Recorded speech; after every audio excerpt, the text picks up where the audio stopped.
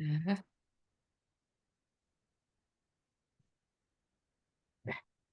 자, 오늘은 욥기 7장 11절부터 강의하겠습니다.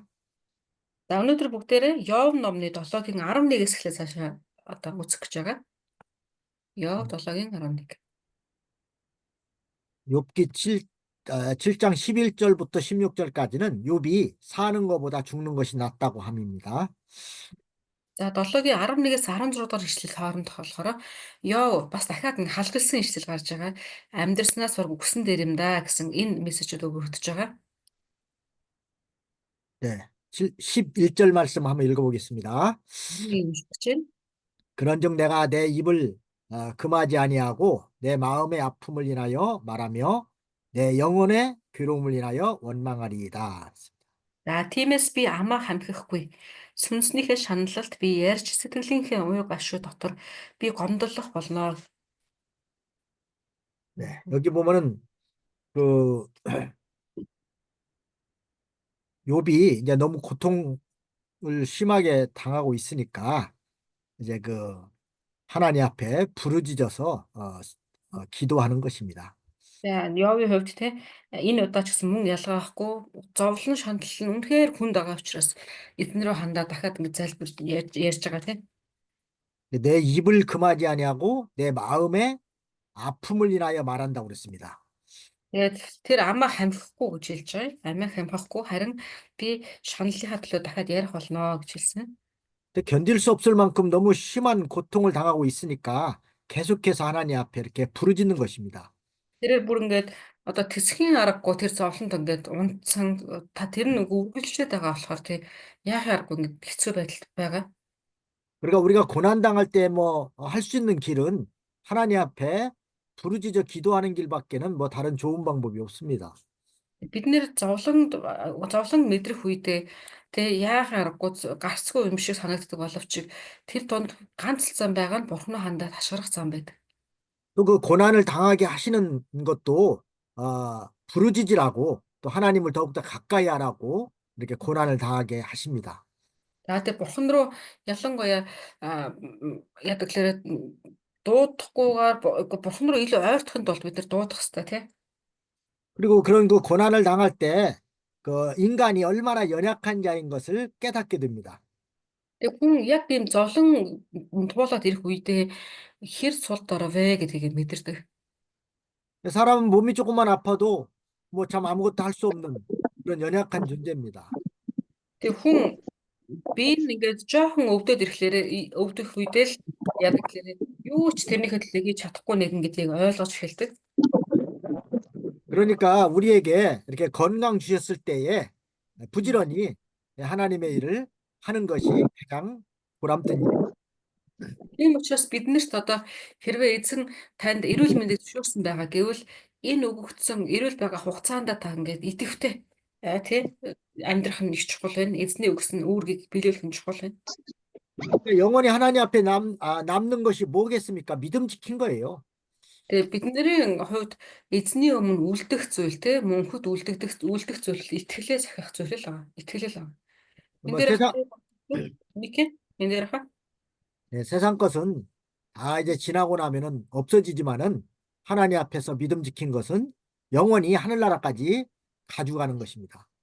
Тэгээ энэ дэлхий дээр бид нар лөө алиа зүйлүүд ирчлээдэг, авчлээдэг, үргэлж бүхсэл өнгөрчээдэг. Гэтэ бид нар эцсийн дүндээ эзний өмнө эцсийн хүртэл авч явах зүйл маань итгэл байна.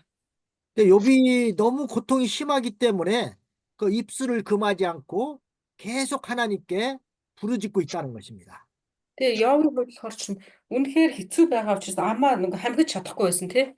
Хамхиж чадахгүй үргэлж ингээд одоо ёолж дуудаж байгаа.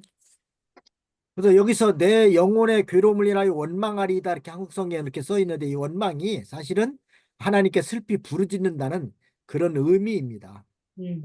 За Монгол дээр болохоор Монгол хэлэн дээр хэдүүлээ 11-ийн сүүлээс хавлыг чи гомдлох болно гэж гарч байгаа тийм ээ. Гэтэ энэ гомдлох гэдэг үг нь болохоор чинь одоо нөгөө нэг гонгнох гэж ярьдаг штэ.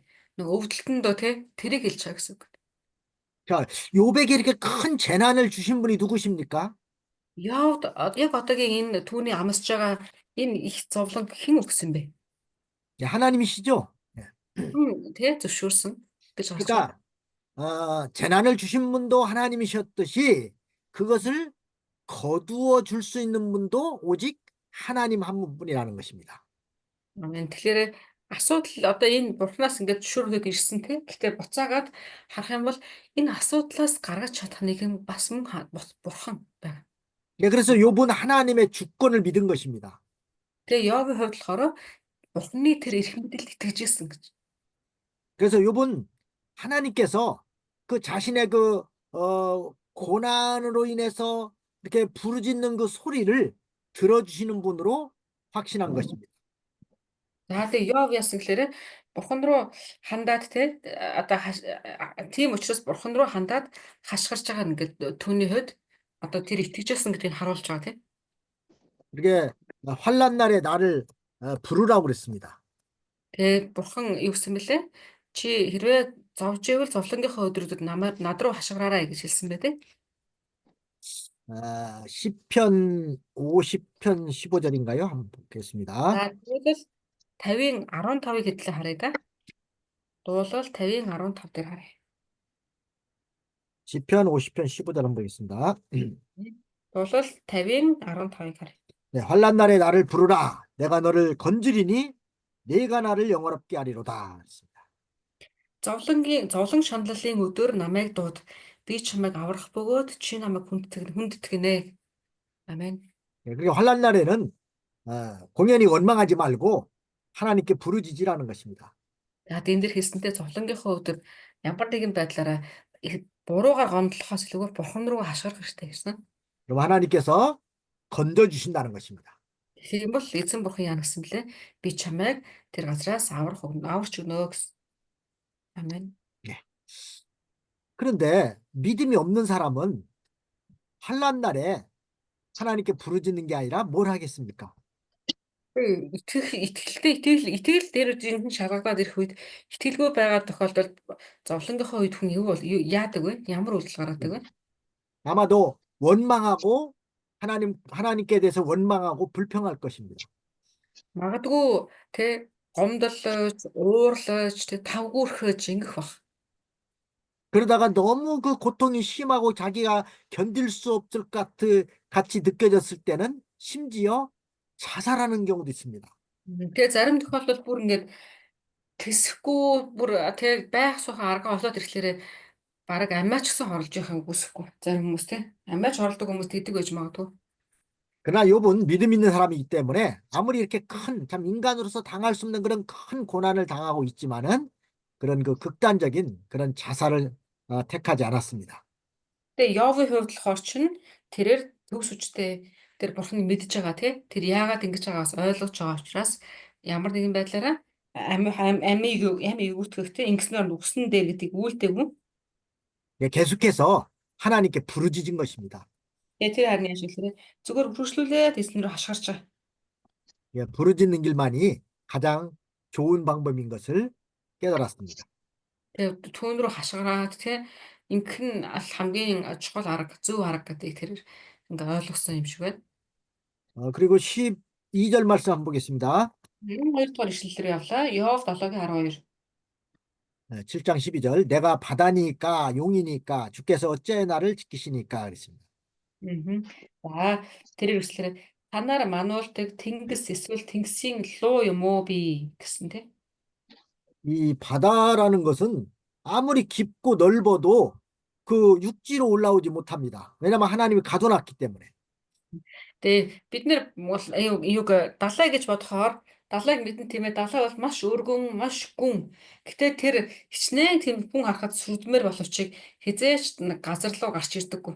Яагаад гэвэл бурхан түүнд хязгаарыг тогтоож өгдөг.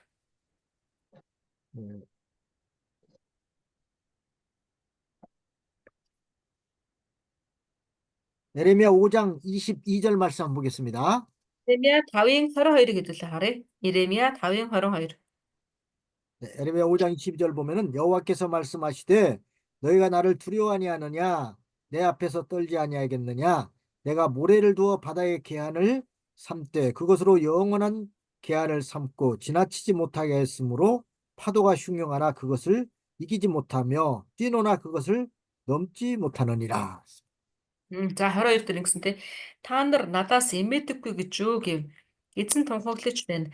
Та нар миний өмнө чичирдэг биш үү? Учир нь би тэнгисийг хөндлөн гаргуулахгүй тулд хил хязгаар болгож элсийг мөнхийн тогтоолоор тавьсан билээ. Давлгаа хэдий хаялавч үүнийг давж чадахгүй. Тэр хэдий хүржигнэвч хөндлөн гарч чадахгүй. Амен. 하나님께서 이렇게 바다와 육지를 경계를 정해 놓으셨기 때문에 바다가 아무리 깊고 바닷물이 많다 할지라도 이렇게 육지로 이렇게 침범하지 못하도록 이렇게 해놨습니다. За энэ дээр хэлсэн тийм ээ. Бурхан юу хүмүүс хичнээн далаагаас айж сүрдэж болно. Гэхдээ бурхан түүнийг хамгаалдаг. Тэр тушаалаа тушаасан бол даалдаач бурханы тушаалыг зөрчиж чадахгүй. 또 이렇게 하나님은 이렇게 큰 물짐승을 지키듯이 욥도 이렇게 잘 지켜주신다는 것입니다. Тэгээ бурхан бас хэлсэн тий. Тэрээр мөн одоо бурхан юг нийлээ авраг амьддаг ч гэсэндээ тэрээр бас хамгаалдаг гэсэн тий. Тэр шиг яв өөрийг нас хамгаалнаа гэж хэлсэн. 이렇게 막심한 그 고통 가운데 빠져 있는 욥을 주께서 이렇게 계속해서 이렇게 제재해 주신다는 겁니다. 지켜 주신다는 것입니다. За тэгээд хичнээн хэцүү юм шиг мах одоороо эдэлж байгаа тэр зовлонгууд хүнд боловч гэлээч бурхан намайг ингээ хамгаалах болно гэж Йов ингээ тунхаглаж байгаа. 그다음에 13, 14절로 한번 보겠습니다. 13, 14-로 цаашаа өргөжлүүлээд харъя. 내가 말하기를 내 자리가 나를 위로하고 내 침상이 내 수심을 풀리라 할 때 주께서 꿈으로 나를 놀래시고 이상으로 나를 두렵게 하시리이다. 그랬습니다. За хэрв би ор минь намайг тайвшруулнаа, хэвтэр минь миний гомдлыг тайлах болно гэж хэлсэн ч та зүүдүүдээр намайг мохоож, үзэгдлүүдээр намайг сүрдүүлдэг. Амен. 네, 이렇게 아주 곤고를 당하는 그런 욥은 잠자리에서도 아주 매우 근심함으로 이렇게 그 수심을 이렇게 풀려고 했지만은 잠자리에서조차도 평안히 쉬지 못하고 있다는 것입니다. За энэ болохоор энэ ямар агуулга гэхээр Йов за магадгүй одоо бидний хэрэг хажуул хэдэ нуруугаа амраая гэдэг ингээ хэвчдэг те. Гэхдээ Йов хувьд тэгээд орлоо найзах гэлэж гисэндээ 50 бус байна гэдэг хэлж гисэн. 이게 잠이라도 이렇게 평안하게 자면은 그 모든 고통을 좀 잊어버리겠는데 이렇게 잠자리마저도 이렇게 꿈과 여러 가지 막 이런 그 이상에 시달린다는 것입니다.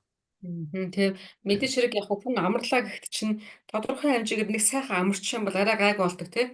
Гэтэ тэгч чадахгүй байсан гэж тий. Харин яасан гэхээр зүүдэндээ ч 50 бус байгаадсэн гэж. 사람이 이렇게 잠을 평안하게 자는 것이 큰 복입니다. Хүн амар тайвнаар тухтайхан сайхан унтж яанаг бол эн чинь ч гэсэн асар том ёроол байдаг.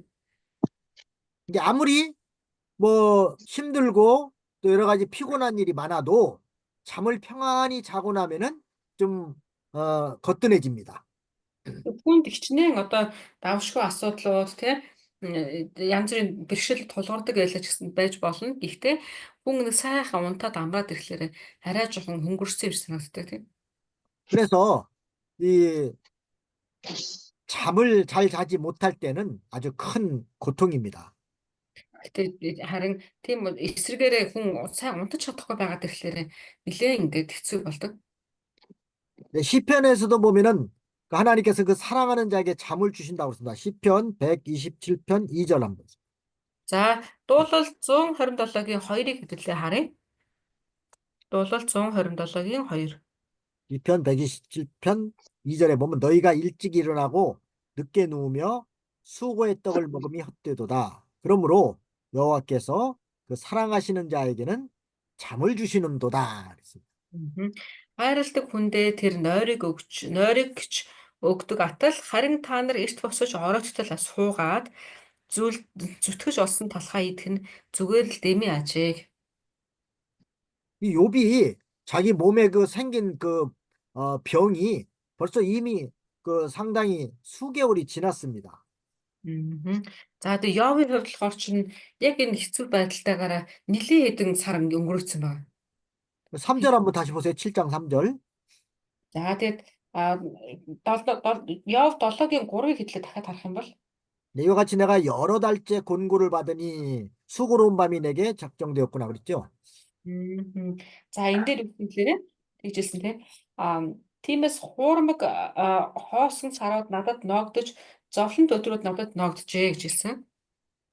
이게 욥이 이런 고통을 당하는 것이 지금 하루 이틀이 아니라 여러 달째 이런 고통을 당하고 있다는 것입니다. Энэ одоо эндээс харах юм хэлээ Йовыг энэ зовлонтой байдал нь юу вэ? Зүгээр 1-2 өдрөх ерөөсөө биш байгаад. 1-2 өдрөх ерөөсөө биш харин бүр нэлээд хэдэн сарынх гэж хэлсэн ба тий. 이 기간 동안에 욥은 아마 병이 회복되기를 간절히 소원했을 것입니다. Тэгээ энэ хэсэг хугацаанд магадгүй Йов тийм үнэхээр одоо хүсчихсэн баг тий. Гайгүй болоосай гэж. 그러나 그 병이 회복될 그런 기미가 도저히 보이지 않았습니다. Гэтэ хизээш нөө тэр өдрүүд нь болохгүй га тэр найдвар нь ингээд ирэхгүйгээр хитэн хончиж байгаа тий. 그래서 낮에는 자신의 그 이렇게 추한 모습을 사람들에게 보이지 않기 위해서 속히 밤이 되기를 기다렸습니다. За тэгэхээр магадгүй хэцүү тийм байдал донд өдөр хоногод өнгөрөөж байгаа болохоор өдрийн цагт магадгүй хүмүүс хүмүүст хэцүү байдлаа харуулахгүй тулд тий болж өгöd хурдан шүн болоосай гэж боддог байсан баг. 그러나 밤에도 역시 그가 원하는 그런 평안을 가져다 주지 못했습니다. Гэхдээ Йов хичнээн шөнийг хүсэмжлээд хурдан ороо болоосай гэлээ ч гэсэндэ шүн ч гэсэндэ нойрон тайван бос байгаа. 아마도 그 전신에 퍼진 그 피부병이 밤중에 더욱더 발작을 심하게 일으키니까 속히 좀 날이 새기를 아마 기다렸을 것입니다. Тэгээ угаасаа тийм одоо альва тийм юу арсны асуудалтай өвчнгүүдтэй илүү шүн ингээд илүү даймжирдаг, илүү идэгддэг тийм болохоор магадгүй шаналлалтай бушуухан одоо өглөө болоосай гэх ингээд хүсэмжилжсэн байж магадгүй. 근데 그 말씀 이제 4절 보면 이제 나와 있죠. 4절 한번 다시 봅니다. 내가 Энийг дөрөв хэлэх юм бол 내가 누울 때면 말하기를 언제나 일어날고 언제나 밤이 갈고 하며 새벽까지 이리 뒤척 저리 뒤척하는구나. Тэгээ дөрөвдөр ингэсэнтэй хизээ сэрж босох бол гэж хэвтгтээ би бодовч урт шөнийн туршид үүр цайталд эргэж хөрвөнө гэсэн. 그렇게 욥은 어느 한순간에도 이런 그 평안을 갖지 못했다는 것입니다. Тэгээ Йовын хувьд болохоор чинь одоо ингээ харах юм бол аль ч цаг үед бүх цаг үедэд ингээ тайван бос байсан гэдгийг харж болно. Өдөрч шөнөж. 인간으로서는 뭐 도저히 감당하기 힘들 그런 그 상태에 있었지만은 그래도 욥은 늘 하나님께 계속해서 부르짖었습니다. Хүний хувьд бодохоор үнэхээр одоо тэсвэрлэх аргагүй байсан. Гэхдээ Йовын хувьд эцээ хүртэл нь эзэн бурхнаас нүүр буруулаагүй гэсэн. 아멘. 그런데 우리도 뭐 경험해 봐서 알지만은 몸이 너무 아플 때는 솔직히 말해서 기도가 잘 돼요, 안 돼요? Та нар магадгүй мэдгэл ах та энэ үнэхээр би өвдөөд ингээд байж ах үед яаж чадахгүй байж ах үед залбирал ер нь амнаас чинь гардггүй юу? 몸이 너무 아플 때는 사실 뭐 기도도 잘 안 되잖아요. Яг үнэндээ хүн тэр өвдөл шаналлалтын дундаа ороод ирэхлээр шок гэдэг шиг бүр тэгээд ирэхлээр залбирлж чадах авчдаг. 그러나 그 욥은 계속해서 이렇게 하나님 앞에 부르짖었습니다. Тэгээ Йовын хувьд яасан гэхэлэндээ үргэлжлүүлээд эзэн рүү хашгирсан гэж тий. 그다음에 15절 말씀 보면은 이러므로 15 내 마음에 숨이 막히기를 원하오니 뼈보다도 죽는 것이 나으니이다. За Йов 17-15 дээр үслэр иймд энд биеэс илүүгээр боомлогд бол үхлийг илүүд үздэгэ гэсэн. 자, 사람이 오랫동안 이렇게 질병을 앓고 너무 고통을 당하고 있으면은 뭐 살이 다 빠지고 정말 가죽하고 뼈만 남는 것처럼 그런 모습이 보이잖아요. За энэ дээр харах юм бол одоо нөгөө нэг хүн юу яадаг тийм ээ удаан хугацааны турш өвдөөд ирэхлээрээ сайн идэж чадахгүй, амарч чадахгүй болоод ирэх юм бол зүгээр нөгөө ясан дээр тосон айрс гэдэг шиг болдог тийм. Нэлээд турж эцгээд бүр тэгдэг. 그 사람이 좀 살이 다 빠져가서는 아주 거죽하고 뼈만 남은 게 보기 좋습니까? 아니면 그래도 좀 살이 있고 좀 통통한 게 보기 좋습니까? Тэг хүний нүдэнд аль нь илүү дээр харагддаг вэ? Бүр ингээд нөө ясаарс болцсон тийм хүн хамаагүй гой туранхай дээр харагдах уу? Эсвэл ядаж шиг харагдсан нүдэнд дүүрэн байж байвал дээр харагдах уу? 누가 더 보기 좋아요? Аль нь илүү дээр харагдах бол бүдүүн Nutrients болсон дээр харагдах уу? Ясаарсан дээр харагдах уу? 아무래도 좀 살도 붙어 있고 통통한 사람이 좋잖아요. 그죠? Тэ яаж ч утсан жоохон тий жоохон бондгор байсан ч гэсэндээ тэр хүн нь илүү нүдэнд дүүрэн харагдан тий. 저도 뭐 몸이 좀 이렇게 좀 약간 마른 형이고 좀 빼빼한 형이기 때문에 사실 좀 이렇게 통통한 여자들을 좋아해요. Тэгээ пастор болохоор өөрөө тийм нэг ер нь мах туранхай ийм хүн байх. Тийм болохоор нөгөө нэг хүмүүс ерөнхийдөө жоохон тийм тарган бондоор нөгөө хөвсгөр эмгтэйчүүд илүү бас гоё харагддаг юм. Миндэ Мика онтраагаарай. Мика хаагаарай. 네. Мгм. 뭐라고 말씀하셨어요? 아까 방금 그 어느 한 분이 마이크 켜져 있었거든요. 그래가지고 그거를 좀 꺼달라고 하네요. 아, 네네. 그래서 저도 뭐 아니 보통 남자들이 좀 얼굴이 좀 예쁜 여자들을 좀 좋아하잖아요. Мгм. Ер нь эрэгтэй эмэгтэй хөөсийн хувьд ч гэсэн нөгөө нэг одоо эрэгтэй хүмүүс чинь илүү гоё сайханд дуртай байдаг тий. Гоё эмэгтэй, хөөрхөн эмэгтэй гэдэг ингэж дуртай байдаг. 뭐 사람이 성향이 다 다르겠지만 저 같은 경우는 제 자신이 좀 약간 빼빼하고 날씬하기 때문에 좀 통통하고 좀 살도 좀 어느 정도 있고 이런 사람이 좋더라고요. Тэгэхээр пастрын хувьд болохоор тэрнээс илүүгээр нэг өөрийнх нь өөрт нь өөрөө яс багтай, мах багтай, туранхай дуу болохоор илүү тарган хүнийг илүү гоё гэж хардаг. 이 얼굴도 이렇게 갸름해가지고서는 계란형처럼 된 사람을 보통 좋아하더라고 남자들이. Хүмүүс болохоор тийм эсрэгээр нэг тарган муухай одоо юу гэдэг V lineтэй гэл тийм одоо тийм хүмүүс гоё гэж байна. 그러나 저는 반대로 얼굴도 좀 약간 통통하니 살도 좀 있고 이렇게 그래야 좀 Тэгж 좋아 хардаг 보이고. эсрэгээр хардаг. Өөрт нь байхгүй зүйлийг илүү хайдаг гэнэ. 사실 얼굴 보고 뭐 결혼하는 건 아니지요. Гэтэ яг уу одоо юу гэдэг хүмүүс ер нь бол ингээд одоо хүмүүсээс сонгоод 20 милиг чинь их ихтэй царай гарах гэдэг шүү дээ тий. 뭐 결혼의 첫째 조건이 뭐겠습니까? 믿음 아니겠어요? 믿음 있는 사람이냐 없는 사람 이걸 가장 첫째 조건으로 봐야 됩니다. Гэтэ бид нар одоо 20 гэж нэг ярьсных тий. 20-ын дээр харах хэрэгтэй хамгийн чухал зүйл бол итгэл гэдэг. 믿음 있으면은 얼굴이 조금 뭐 그렇게 예쁘지 않으면 어떻습니까? Тэгээ итгэлийн цензур байж хахад тий нүүр царай тэр чухалд тооцохдохгүй. 아무리 얼굴은 예뻐도 믿음이 하나도 없다면은 그건 좋지 않습니다. Тэгээ ичнээн гой сайхан байж болно ч гэсэндээ эсрэгээр нь итгэл гэдэг зүйл байхгүй бол тэгээд л хэцүү. 이 욥의 상태가 이렇게 오늘 여기 15절의 말씀처럼 그야말로 가죽에 뼈만 남은 것처럼 이렇게 아주 말라 있는 상태를 아마 볼 수 있습니다. За тэгээ одоо энэ дээр Йовын байдлыг харах юм бол тийм энэ юун дээр 15 дахь эшлэл дээр бол боомлогдол гэж байгаа байхгүй илүү өвлийг илүү үүснэ гэсэн пасторлоо 15 дахь эшлэл дээр болохоор зөвхөн тэр ясан дээр тогсон гэдэг арилсчил ийм нөхцөл байдалд орсон гэдэг энэ хэлж өгч байгаа гэж хэлж байгаа байхгүй.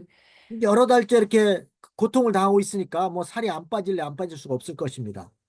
Тэгээ угаасаа хэдэн сарын турш өвдөж байгаа болохоор ясна биш юу турхаас өөр арга байхгүй. 그리고 뭐 아마 살이 없으신 분들은 느끼셨겠지만은 정말 앉아 있기도 아프고 누워 있기도 아파요. Тэгээ бүр ингээ одоо яснууд нь ингээд одоо яс хэцхээ тураад ирэхлээр чинь суугаад ч өвддөг тул одоо нухтаг хэвтгэд ч нухаад хэцүү. 살 없는 사람의 고통을 혹시 살찐 사람들은 잘 모를 겁니다. Тэгээд ингээд туранхай хүмүүсийн тэр зовлонг одоо магтаа шөлтөй хүмүүс эзэж ойлгодгүй. 앉아 있으면 조금만 앉아 있어도 엉덩이가 아픕니다. Тэгээ жоохон суулаа суулаач гэсэндээ тэг ингээд нэг бүсний яс яагаад тулаад өвддөг. 그 힘들어서 누우면은 또 이제는 덩어리가 아픕니다. Тэгээд заа гэдэг хэвтгэлээр нуруунд дахаад дутдаг. 그러니까 앉지도 못하고 눕지도 못하고 그렇다고 계속 서 있을 수도 없고 그 고통 한번 생각해 보세요. Тэгээ та нар бас бодох хэрэгтэй. Зүгээр ингээд тийм хүмүүс айгүй хэцүү байдаг гэнэ. Тэгэхээр нөгөө сууя сууд удаан сууж чадахгүй зогсоё зогсоо удаан хэвтээ удаан хэвтэж болохгүй нухаад тэгээд байнга зогсоод иж бас болохгүй хэцүү байдаг. 마치 욥이 막 그와 같은 상태에 있지 않았을까 생각됩니다. Тэгээ Йовын хувьд бол ерөөд бол тийм. Гэтэ тэрнээс илүүгээр дээр нь нэмээд өвдөж байгаа тий. 그러니까 욥이 뭐라고 고백하고 있습니까? Тэгээ Йов юу гэж хэлсэн бэ тэгснээрээ? 7장 15절 보면은 죽는 것이 나으니이다 그랬죠. Тэгээд 15 сүүлийг харахад үхлийг илүүд үзье гэсэн тий. Үзэж байна гэж. 그런 상태로는 정말 사는 것보다 차라리 죽는 것이 낫다고 누군들 그런 생각을 안 하겠습니까? Тэгээд ийм нөхцөл байдал дээр тий эсэргээрээ зүгээр бараг амь тавьсан дээр юм шүү гэж бодохыг ер нь бараг ихэнх хүмүүс тэгж тэр бүлээн зөвшөөрөх байх. 살이 없는 사람들, 빼빼 마른 사람들 정말 저는 이해를 해요. 저도 뭐 Тэгэхээр 앉아 있으면 너무 아파요. Тэгэхээр ямар нэгэн байдлаар тийм турхаа тийм хүмүүсийг пастор тэр хүмүүс нэг талаараа бусдыг хараад гоё хараа гэж санаж байгаа. Гэхдээ пастор бол тийм хүмүүсийн зовлон бол аягүй сайн мэднэ. 뼈가 직접 땅에 닿으니까 음. 아플 수밖에 없는 거예요. Тэгээ угаасаа тэр чинь шууд одоо хэвтлээ гэхэд чинь ясаараа ингээд нэг яс нь одоо тулаад иш тий. 사람의 감각 중에서 이렇게 통점 이게 제일 많기 때문에 조금만 힘들으면 아픕니다. Тэгээ хүн ялангуяа тэгээд тэр чинь нөгөө бие махбодоо өвдсөн сул болоод ирэхлээрээ тий жоохон зүйлдэр гэсэндээ өвддөг. 아마 우리는 욥과 같은 이런 그런 그 고난을 당할 때 과연 그걸 잘 참고 견딜 수 있을까 한번 각자가 한번 생각해 보시기 바랍니다. Тэгээ бид нэр та нараас бодож үзэх хэрэгтэй. Тэгэхээр зүгээр турна гэдгийг бид нэр зүгээр турсан гэж ойлгож болохгүй. Энд чинь төсөөлөх юм бол шал өөр юм байгаа байхгүй. Тэгэхээр бид нэр яавах шиг яг ийм байдалд орвол та яах бол гэдгийг бас бодож үздэг байх хэрэгтэй. 근데 욥기서를 뭐 단순하게 읽을 때는 잘 느낄 수가 없겠지만은 참으로 그 욥이 당하고 있는 그 상태를 한번 상상을 해보면은 야, 이 상태에서 어떻게 이걸 견딜 수 있을까 아마 생각이 들 겁니다. Тэгээ бид нар магадгүй Йоо номыг уншин штэ тий. Уншихлаар за Йоо угаасаа өвдөж байгаа доо ингэж хэлэх нь аргагүй ах таа гэд ингэж уншигдэж магадгүй. Бид нар судлаад бүр төсөөлөөд тэр хүнийг ингэ бодоод үзэх юм бол тий угаас ийм тэгвэл зүгээр туранхай гэдэг чинь бүр ийм нөхцөл байдлыг хэлээд байгаа юм уу гэх мэт чинь ингэ бодох юм бол үнэхээр бас жоохон төсөөлөл орж ирэх байх. 욥은 이렇게 몇 달 동안을 이렇게 고통을 당하면서도 참 잘 참고 견뎠습니다. Гэтэ Йовын хувьд болохоор хэдэн сарын турш те ийм байдалтай байсан гэхэд тэр үнэхээр сайн төвчсөн. 근데 사람이 몸이 아픈 것보다도 더 아픈 게 있어요. Тэг хүнд өвдөлт гэдэг зүйл дээр зүйл бол зөвхөн биеийн дээр ярьдаггүй те өөр бас өвдөлт байгаа. 몸이 아플 때 옆에서 누가 위로해주면 차라리 좋은데 옆에서 자꾸만 더 힘들게 자기를 괴롭힌다면은 그것처럼 더 힘든 일이 없습니다. Тэгээ магадгүй би өвдөж байгаад хажууд байгаа хин нэг нь за одоо яаж гэнэ ингэж тэгж гэнэ гэдэг ах юм бол хүн бас нэг гайгүй байдаг тий. Тэгэхээр эсрэгээр нь би энэ өвдөжсэн чи хажууд талаас нэг нь үргэлж ингээд одоо хажууд нь өвлээд яншаад ингээд гоочлоод ухаад байвал бас хэцүү тий. 지금 욥이 너무 지금 고통을 많이 당하고 있는데 그 위로해주겠다고 찾아왔던 친구들이 위로해주는 게 아니라 오히려 욥을 더욱더 괴롭히고 있는 것입니다. Тэгээ одоо Йовын хувьд ч гэсэндээ 3 найз нь ирсэн тий. Йов тэр одоо тайлбарлах гээд ирсэн гэсэн. Гэтэ яг тайлбарлах гээд ирсэн боловч яг нөгөө хэд маань тайлбарлахаас идэвгээр бүр зовоож байгаа тий Йовыг. 근데 우리도 이렇게 고난당하는 사람 뭐 찾아가서 위로해준다고 가가지고서는 위로가 아니라 오히려 그 사람에게도 참 깊은 상처를 주는 말을 하면 안 됩니다. Тэгэхээр бид нар ч гэсэндээ бусдыг харахтаа бус дээр бид нар очдог те эргээд очдог ч юм уу тэгж эргэлтээр эргэж очдог. Гэтэ эргэж очлоо гэд очихдоо бид нар бусдыг хүчиг өгөх хэрэгтэй. Үннээсээ тэгэхгүй буцаагаад хэцүү болгоодож болгоодож. 지금 욥의 친구들이 욥에게 지금 뭐라고 자꾸 계속 말하고 있습니까? Тэгээ Йов дээр нөгөө чи юу гэж хэлсэн бэлээ байнга. 네가 고난당하는 것은 바로 죄 때문에 죄값으로 고난당하는 것이다. 지금 계속 이렇게 말하고 있습니다. Тэгээ одоо тэр Йовыг болох нөгөө гурав чинь тэгж байгаа тий. Чи ингээ өвдөж байгаа нь гэмээсэл болцсон биз. Чи бараг тий юу нууч гимшгээд ингээд байгаа. 근데 사실 욥은 믿음 지키다가 이렇게 이런 고난을 당하고 있는 것입니다. Тэгээ одоо тэгэхээр Йовын хувьд болохоор одоо би өвдөж байгааг хажуугаар яаж гэхээр итгэлдээрээ гэсэн итгэлээ сахих гээд бас ингээд цавж өвдөлтүүдийг авч байгаа давхар. 근데 그런 고난당하는 사람이 있으면은 뭐 찾아가서 참 위로해 주는 말을 하고 같이 기도해 주고 또 소망을 가지게 하고 이런 말 해줘야 되지. 뭐 너 죄를 많이 져서 이런 고난 당하는 것이다. 이런 식으로 말하면 얼마나 또 상처를 받겠습니까? Тэгээ бид нэр очичоо те одоо гимш инг тэг гэнэ болохгүй. Эцэгээр нь бид нэр хин нэгэн дээр эргэж очиж байгаа гэх юм бол тэр хүнтэй хамтдаа тэр тайвшруулмаар байл тайвшруулж өгөө, залбирмаар байл залбирч өгөөд тэр хүмүүст ингээд одоо найдварыг суулгаж өгч өгөх үүргийг хийх ёстой. 이게 욥도 너무 몇 달째 이렇게 고통을 당하고 있으니까 차라리 죽는 게 낫겠다. 당연한 것이죠. 죽는 게 낫겠다고 말했습니다. Тэгээд Йовын хувьд болохоор чинь зүгээр нэг хэд хоног биш те бүр хэдэн сарын турш ийм байдалтай байгаа юм чинь үхийг хүсэмжлэх нь хүний хувьд угаасаа тэр чинь ойлгомжтой зүйл те. 죽으면은 그런 고통은 당하지 않기 때문에 그래서 죽는 게 낫다고 말하는 것입니다. Тэгэхээр яагаад тэр үхэх юм бол магадгүй ядчил тэр махбодын тэр хэцүү өвдөлтийг мэдрэхгүй шүү дээ тийм болохоор тэрийг нэг мэдрэхэ болчихсон гэсэн хүслээс гарч байгаа гэсэн үг шүү дээ тийм. 그렇지만 하나님께서 자기 생명을 불러가지 않는데 어떻게 그 죽을 수가 있겠습니까? Гэтэ бурхан харин тухайн хүний тэр хүний буюу Йовын амийг нь тэр зөвшөөрөө тагт чинь авч явахгүй байгаа тагт чинь тэр яаж түүнийг болиулах вэ тийм. 그래서 16절 말씀 한번 보겠습니다. 내가 생명을 싫어하고 항상 살기를 원치 아니하노니 나를 놓으소서 내 날은 헛것이니이다. 16절 шүү 16절. Нэ. За 16 руу хэдлээ харъя. Би өнгөрөн одож байна. Би мөнх амьдрахгүй. Миний өдрүүд амьсгал учир ганцаараа би орхиоч гэсэн. 욥은 하나님 앞에 나를 놓으소서, 나를 놓아달라고 말하고 있습니다. Тэгээд одоо энэ болохоор Йов бурхны өмнө хэлж байгаа тий. Та намайг ингээ одоо орхиод өгөөч ээ. Тий намайг одоо тавиад өгөөч ээ гэж хэлсэн.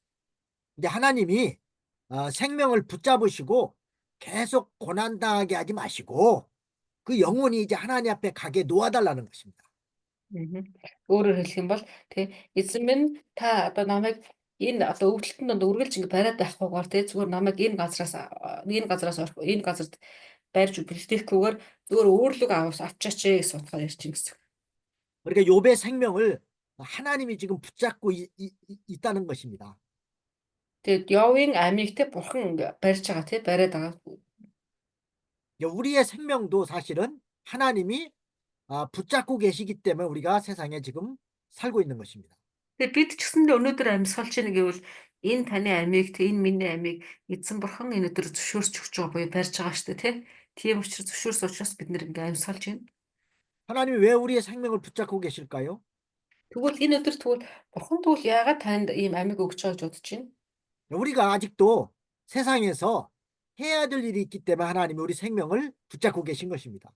Яагаад гэвэл танд энэ дэлхий дээр хийх ажил одоохондоо бас байгаа учраас амийг өнөөдөр ч гэсэн өгч байна гэсэн. 자기가 해야 될 사명이 있기 때문에 하나님이 우리를 세상에 지금도 살려두고 계신 것입니다. Тэгээд танд энэ дэлхий дээр хийх үүрэг байгаа, гүйцэлдүүлэх үүрэг байгаа гэсэн. Үүрэг байгаа учраас энэ өдөр ч гэсэн таныг амьдруулж байгаа гэсэн. 그래서 가장 가치 있는 이 복음을 전하는 또 생명을 살려내는 이 일을 하는 것이 하나님이 기뻐하시는 일입니다. Тэгээд таны хувьд хийж байгаа тэр үүрэг чинь хамгийн үн цэнтэй үүрэг тийм. Амийг дамжуулдаг, сайн мэдээг тараадаг ийм үүрэг ажлыг хийж байгаа хийх ёстой байгаа. 그다음에 17절부터 21절까지는 욥이 징계 중에 탄식한다는 내용입니다. За хэдlээ одоо 17-оос 21 дэх ишлэл рүү харах гэж байгаа. За 17-оос 21 дэх ишлэлийг харах юм бол Йов одоо сахилгажуулалтын дундаа тийм ээ дахиад ингээд байгадлаар гарч байгаа. 네, 17절로 18절 한번 읽어보겠습니다. 10절을 уншиж байна. 사람이 무엇이간데 주께서 크게 여기사 그에게 마음을 두시고 아침마다 권징하시며 분초마다 시험하시니까. Мгм. За 17 18 гэсэн хүн гэгч нь юу болоод та тэдэнд ихийг хийж та тэдэнд санаа тавина вэ? Та өглөө бүр юунда түүнийг шалгаж агшин бүрд түүнийг сорно вэ? 아멘. 그렇게 주께서 이 연약하고 미천한 이 인생을 크게 여기시고 그에게 마음을 두셔서 징계하시는 이유를 모르겠다는 겁니다. Тэг яав юу гэсэн тэгэхээр бурхан та хүнийг ингэтлээ анхаарад тэгээ тэр хүний амийг ингээд авчихгүй бариад тэгсэн мөртлөөс тэр хүнд ингээ үргэлж цалаг батыг ийм шийтгэлүүдийг ингээ өгж байгаа энэ байдлыг би ерөөсөй ойлгохгүй байна гэж ингэж хэлсэн. 그러나 주님께서 즉 하나님께서 욥을 징계하시고 또 여러 가지로 시험하시는 것은 사랑하는 증거입니다. Гэхдээ Явын хувьд болохоор Явыг ингэж барьж байгаа Явыг ингэж хүлээлгэж байгаа түүнийг өдөр бол үргэлж ингэ сорж байгаа энэ байдал юунаас гарч байгаа эцсийн дүндээ Бурхны хайр байгаа даа 그 말씀은 시브리서 12장 5절로 8절을 참고해 보겠습니다. За хэдүүлээ Еврей 10 Шибрээс 몇 장인 거예요, 목사님? 12장 5절. Еврей 12-ын Хибрээс 12장 5절로 8절. 5-аас 8 дугаар ишлэлийг харах юм бол тэрэн дээр гарч байгаа гэж байна. Еврей 12-ын 5-аас 8. 네, 좀 긴 말씀이죠. 한번 읽어보겠습니다. 또 아들들에게 권하는 것 같이 너희에게 권면하신 말씀을 잊었도다. 일렀으되 내 아들아 주의 징계하심을 경히 여기지 말며 그에게 꾸지람을 받을 때 낙심하지 말라. 주께서 그 사랑하시는 자를 징계하시고 그의 받으신 아들마다 채찍질하심이니라 했으니 너희가 참음은 징계를 받기 함이라. 하나님이 아들과 같이 너희를 대우하시나니 어찌 아비가 징계를 하지 않는 아들이 있으리요. 징계는 다 받는 것이오늘 너희에게 없으면 사생자요 참아들이 아니니라. Эндээс уншия. Та нарт хөвгүүд шигээ хандсан тэрхүү сэгрүүллийг та нар мартжээ. Эзний сахилгажуулалтыг бүү хөнгөн үзээ хүү минь. Тэр чамайг зэмлэх үед сэтгэлээр бүү унаа. Учир нь хайрладаг хүний эзэн сахилгажуулдаг. Хүлээн авдаг хүү болгоно тэр ташуурддаг гэсэн байдаг. Та нарын төвчдөгч нь сахилга баттай болохын төлөө юм аа. Бурхан хөвгүүдтэйгээ шигээ та нартай харьцдаг. Учир нь эцэг нь сахилгажуулдаггүй хүү гэж хаана байна вэ? Бүгдээрээ хаана байна вэ? Бүгдээрээ хүртсэн сахилга батыг та нар ч хэрэг хүртэхгүй гэвэл та нар хөвгүүд нь бас бутаж хүрт болно. Амен. 하나님이 이렇게 참 아들이기 때문에 징계하신다는 것입니다. Энэ дэр хэлсэн те бурхан тэр хүн бурхны жинхэнэ хүүхдүүд тооцоодож байгаа учраас сахилгажуулагдаж байгаамаа гэж. 참 아들이 아닌 사람은 징계하지 않는다는 것입니다. Тэгээ жинхэнэ хүүхдүүд биш бол яана гэсэн бэ? Сахилгажуулахгүй гэсэн те. 그러므로 뭐 분초마다 시험과 징계를 받을 때에 하나님이 자기를 사랑하는 것이라고 믿고 감사해야 된다는 것입니다. Тэгэхээр тийм учраас бид нэр мөрч бүрд те танд магадгүй сахилгажуулалт ирлээ гэж бодоход талархаач те би түүнийг нэрээ үнэн хүүхдэн шүү дээ те бурхан намайг зөв үнэхээр хүүхдээ гэж хүлээн авсан байна гэдэгт ингээд та бодох ёстой. тэгэж 하나님께서 아침마다 징계하시고 또 분초마다 시험하시는 자는 큰 복을 주기 위한 것이라는 겁니다. За тэг бурхан хэлсэн тийм ээ. Түүнд өглөө болгон түүнийг сахилгажуулж тэ агшин бүрд нь түүнийг сорж гинэ гэвэл тэ та тодорхой хэмжээгээр түүнд хэрэглэгдэх хүн байна гэдэг бодох хэрэгтэй. 그러니까 하나님께서 욥에게도 더욱더 큰 은혜와 복을 주기 위해서 이런 징계와 시험을 주신 것입니다. Тэгээ бурхан тэр Йовд илүү том нэгүслийг өгөхийн тулд илүү том тэ үүргийг өгөхийн тулд энэ мэдчлэн сахилгажуулж байна гэж хэлсэн. 그 징계를 통해서 그 아들의 자격을 갖추게 하신 것입니다. Тэр сахилгажуулалт гэдэг зүйл байж ээж одоо тэр цензур төрөх гэдэг тийм бурхны хүүхдийн цензур гэдэг зүйл хүргэнэ гэсэн. 그래서 마침내 복을 주시게 한 것입니다. Тэгээд дараад нь харах юм бол Йовд бас яасан бэ гэхлээр ерөөлөг өгсөн байдаг тий. 이게 복을 그냥 무조건 팍팍 그냥 주는 게 아니라 복을 받을 만한 그런 그 자격을 갖추게 한 다음에 그다음에 그 자격이 갖추어진 자에게 복을 주신다는 거예요. Тэгээ ерөөлөг өгнө гэдгийг бид нэр харахад ерөөлөг аавн ерөөлөг өгнө гэдгийг харахаар нэг төр шууд ингээл тэр өндөр хитэл өгнө гэж ойлгодог. Гэхдээ тэгдэг биш. Харин яадаг гэхээр эхлээд бурхан тэр авахын хэмжээний дайтай болгодог. Тэрний дараа ингээд бурхан яадаг вэ? Тэр зүйлсүүдийг тодорхой хэмжээний цензурын дагуу өгдөг гэсэн. 네, 그래서 그 징계를 통해서 그 아들로서의 자격을 갖추게 하시는 것입니다. Тэгснээрээ тэр цахилгаажуулалтаар дамжуулаад одоо бурхнаас өгөгдөж байгаа нэгүслийг хүлээж авах хэмжээний тэр түвшинд очсныхан дараа бурхан түүнийг ингээ өгдөг гэж хэлсэн. 이 징계가 올 때에 하나님께서 나를 사랑하셔서 참 은혜로 주신 것이구나 이렇게 믿고 그 징계를 달게 여기고 나가는 것이 참 아들의 자격입니다. Тэгэхээр бидний хинтэн ч байсан сахилгаажуулалт гэдэг зүйл хэрвээ ирлээ гэх юм бол би дахиад нэг түвшинд гарч байж тэ гарах хэрэгтэй байна гэж ингээ хүлээж авах хэрэгтэй гэсэн. 우리도 이런 징계가 올 때 과연 참 하나님이 나를 사랑하셔서 나로 하여금 하나님의 자녀로서의 자격을 갖추게 하시려고 이 징계를 주셨다. 이렇게 믿어야 되는 겁니다. Тэгээ бид нар ч гэсэн танд магадгүй хизээ ирэхийг мэдэхгүй гэхдээ цахилгаажуулалт магадгүй ирлээ гэх юм бол би бурхан намайг нэгдүгээр өөрийнхөө хүүхэд болгож хүлээн зөвшөөрсөн байна. Дараад нь мөн би одоо ямар нэгэн илүү дахиад өөр агсан төвшөнд гарах хэрэгтэй болж байгаа учраас гэдэг ингэж байна гэж хүлээж авах хэрэгтэй.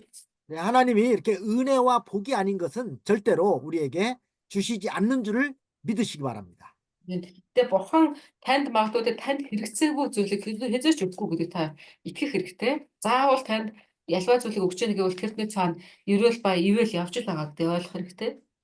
그러니까 우리는 모든 것을 다 하나님이 은혜를 주신 줄을 믿어야 됩니다. Бид нэр бүх зүйл дээр бурханы ивэл гэдэг зүйл хамт тань дээр явдаг гэдгийг мэдэх хэрэгтэй. 좋은 것만 은혜라고 생각하지 말고 이런 징계도 하나님이 은혜로 주신 것이다. 이렇게 믿으시라.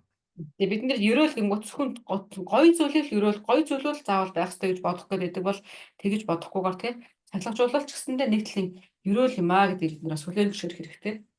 이게 참으로 깨달아지고 믿어지는 사람은 그 믿음이 상당히 많이 성장한 것입니다. Тэгээ бид нэр үүнийг чигнээс ингээ ойлгоод ирсэн хүмүүний яадаг гэхээр итгэл ингээ өсдөг. 이게 믿음이 초보적인 신앙에만 머물러 있는 사람은 그렇게 하나님이 자기한테 좋은 것을 주실 때는 감사하면서 또 여러 가지 어려움과 시험이 올 때는 불평하고 원망하는 것입니다. 이건 초보적인 신앙이에요. Тэгээ итгэл гэдэг зүйл яг төлөвшөл дундаа явж байгаа зүйл төлөвшөж эхлэегүй тохиолдолд яадаг гэхээр нэгүсэл гэдэг зүйлийг зөвхөн гоё зүйл гэж бодоод байдаг. Тэгж байгаа ямар нэгэн байдлаараа асуудал тулгараад юм эсвэл цахилгаажуулалт орогдоод ирэнгүүт чинь ингээд одоо дэнжирэж эхэлдэг. 그럼 나는 과연 믿음이 좀 많이 성장했는지 아니면 초보적인 신앙에 머물러 있는지 아마 이 징계가 올 때, 고난이 올 때 어떠한 행동을 하느냐를 보면은 알 수가 있습니다. Тэгээ би өөрийгөө харах юм бол за миний итгэл ер нь аль хэрд явж байна вэ? Би одоо агаашныхаа нүү сүртэй анхан байна уу? Тэрийг мэдхийн тулд тань дээр ирж сахилгаажуулалтыг хүлээж авч байгаа сэтгэл зүгээсээ та ингээ харах хэрэгтэй. 이게 자기에게 있는 모든 걸 다 걷어가고 재산과 자식도 다 걷어가고 몸에 병이 들었어도 이것도 하나님이 나에게 은혜를 주신 것이구나 이렇게 믿어지는 것이 이게 믿음이 성장한 사람의 자세입니다. Тэгээ одоо сахилгаажуулалтыг харахаар энэ дунд ч гэсэн бас бүх зүйл авагдаад өвдөөд тэр нь магадгүй хичнээн хугацаанд хүрүүлжлээд ингэж байгаа гэхдээ энэ дунд бид нар йогийн талаар энэ бол ерөөлгөө сурч хашлан тань дээр бас ирэх үед нь та бас итгэж хүлээж авах гэдэг бодох хэрэгтэй. 네, 근데 우리가 참 감사를 잘 못해요. 살면서 보면. Бид нар яг үүндээ харах юм бол талархал гэдэг ярьдаг хэрнээ тэрийг өмнө жигнэсээ талархал гэдэг сайн хийж чадахгүй хүмүүс байгаа гэдэг. 우리는 과연 아침에 일어나서 저녁에 잠자리에 누울 때까지 얼마나 하나님 앞에 감사를 하면서 살고 있습니까? Өглөө сард нэгэн нэгээс суулаад орой унтахаар хэвтэг бүртлээ тэр хоорондоо хэр хэмжээгээр бурхандаа талархал өргөдөг вэ? 그러니까 내 입에서 하루의 생활 중에서 감사가 더 많이 나오는지 아니면은 불평이나 원망이 더 나오는지 한번 생각해 보시기 바랍니다. Та өөрийнхөө яг тэр нэг хооронд тийм ээ таны амнаас чинь талархал гэдэг үг их гарч ийн үү? Тэ эсвэл одоо давчуурал тэ гэсэн үг давчууралын холбоотой үгнүүд илүү их гарч ийн гэдгийг бид нэр өөрсдөө бодож үзэх хэрэгтэй. 뭐가 더 많이 나온 것 같습니까? Тэгээ таны хувьд юу нь илүү гардаг юм шиг байна? 뭐 Тэнцэн. 불평이나 юу 원망이 더 많이 나오지 않나 싶습니다. бид нэр та нар бодож үзээрэй өөрсдөө. 잠깐 쉬었다가 하도록 하겠습니다. 네. За түр амарч байгаа залж явъя.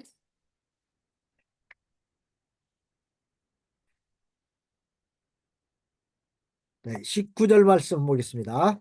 Тэгээд 19-р ишлэл рүү явлаа. 네, 주께서 내게서 눈을 돌이키지 아니하시며 나의 침 삼킬 동안도 나를 놓지 아니하시기를 어느 때까지 하시리까? 했습니다. За 19 дээр гэсэн те хоромхон зуур надаас та харцаа салгахгүй юм уу? Шүлсээ залгих төдийхөнд ганцаараа минь орхихгүй юм уу гэж хэлсэн. 이걸 보면 하나님께서 욥을 그 침 삼킬 동안도 놓지 않으시고 간섭하고 계시다는 것입니다. За энэ дээр харах юм бол те яв гэсэн шүлсэж залгих хоромд би ингэж шүлс бүх цаг үед бурхан надтай хамт байна гэдэг хэлсэн те. 그 이유는 바로 욥에게 더 큰 복을 주기 위한 것입니다.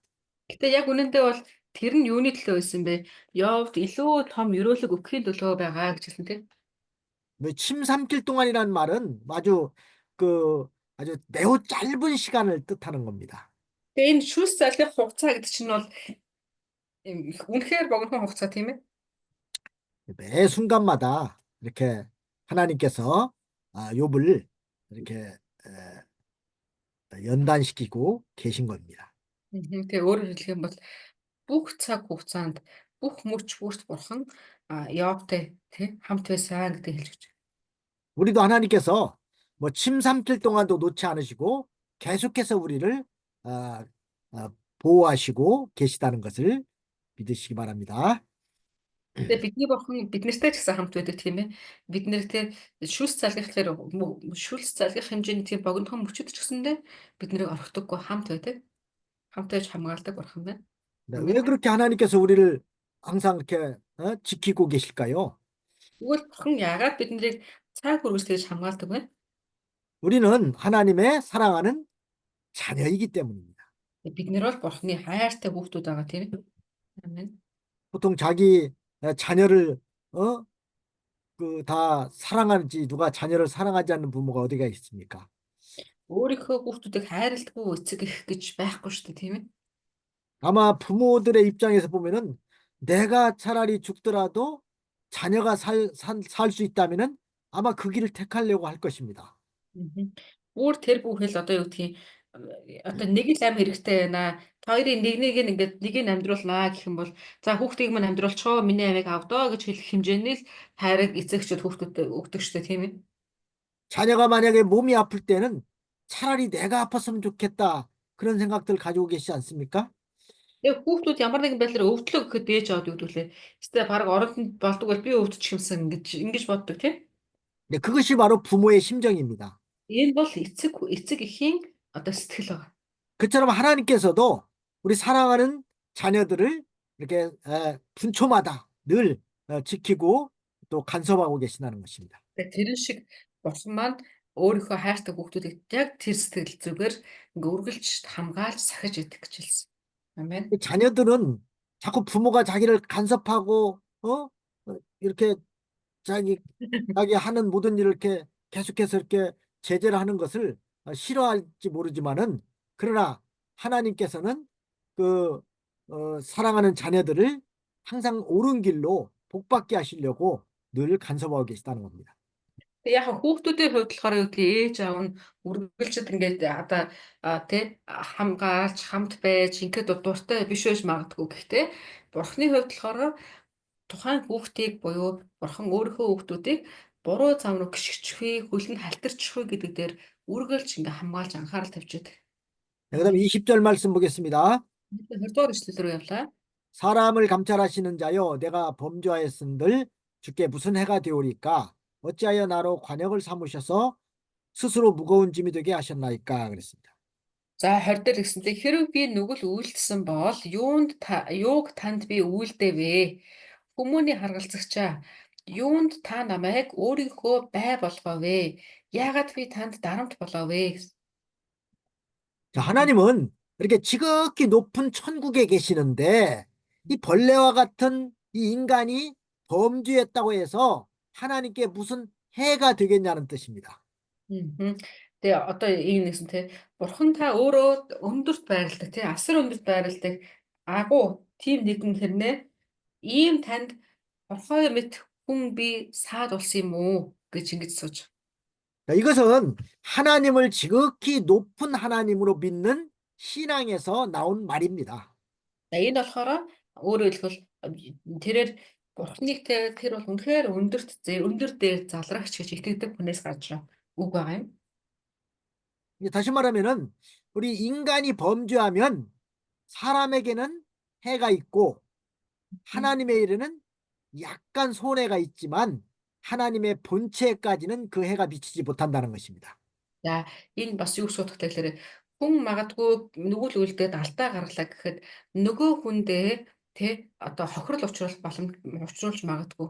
Гэхдээ хүн алдаа гаргаад гэм үйлдэлээ гэхэд бурхны авралын үйлсэд ч гэсэндээ тодорхой хэмжээний саад учруулах байх. Гэхдээ ч гэсэндээ тэр хүний гаргасан алдаа нь тэр өндөр дээд залрагч бурхны хэмжээнд л хүрэхгүй шүү дээ гэж ингэж утсан. 네, 이것은 이렇게 지극히 높으신 하나님을 경외하는 신앙에서 나온 말입니다. Энэ болохоор тийм өндөр дээр залрагч бурхнаас эмээх энэ итгэлээс гардаг үг байгаа. Эмээж хүндлэх сэтгэлээс гардаг үг байна. 또 여기 보면 어찌하여 나로 관역을 삼으셔서 스스로 무거운 짐이 되게 하셨나이까 그랬습니다. Дараад нь ингэсэн тийм ээ. Юунд та намайг өөрийнхөө бай болгоовэ?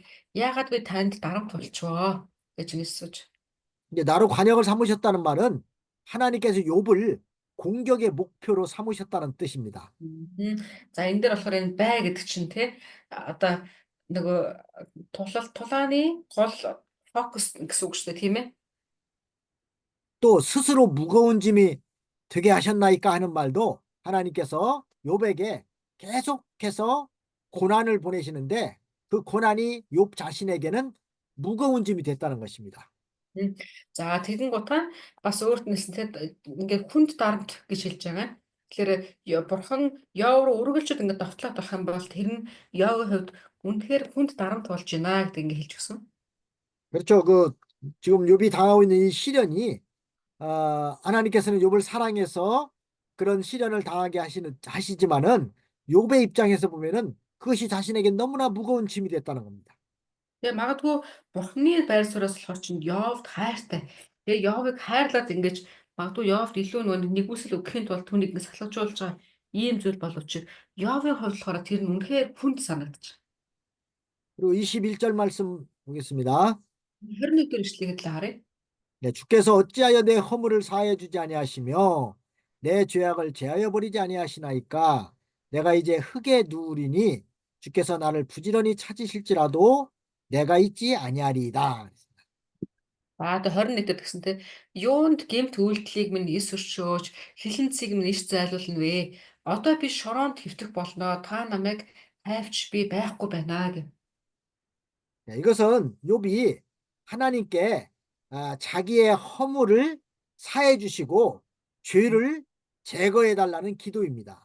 За энэ болохоор одоо Йовын эзэн рүү хандсан залбирал буюу гмийг нь өршөөж тэгээд намайг одоо энэ байдлаас аварч өгөөч гэсэн залбирал гэсэн. 네, 내가 이제 흙에 눕는다고 그랬는데 이것은 바로 죽어서 무덤에 들어갈 것을 가리킨 것입니다. Энд шороонд хэвтэн гэсэн те энэ болохоор чинь одоо Йов үхэж одоо түүний булшин хэвтэн гэсэн утгаас орж ирж байгаа. 욥이 왜 이런 생각을 했냐면은 지금 고통이 너무 심하기 때문에 육신이 더 이상 살 것 같지 않다는 것입니다. Тэгээ яв ингэж хэлж байгаа шалтгаан нь болохоор түүний одоо авч байгаа тэр зовлон үнэхээр хүнд учраас одоо яг ингэ цаашаа үнэхээр төсөхгүй юм шиг байна гэсэн ийм утга байгаа. 이제 사람들도 그렇잖아요. 이제 계속해서 그 어떤 병으로 알아서 이제 누워 있고 그 치료를 받아도 잘 낫지 않으면은 무슨 생각을 합니까? Хүмүүс бас тэгтээ хичнээн өвдөө шаналаад тачлаад ингэ ирэхлээр сүүл рүүгээ ямар бодолтой болоод байдаг лээ. 이제 곧 내가 세상을 떠날 것 같다 이런 생각하지 않겠습니까? Тэгээд бүр за одоо багш цаг нь ирж явах шиг байна да гэж бодох гээд байдаг.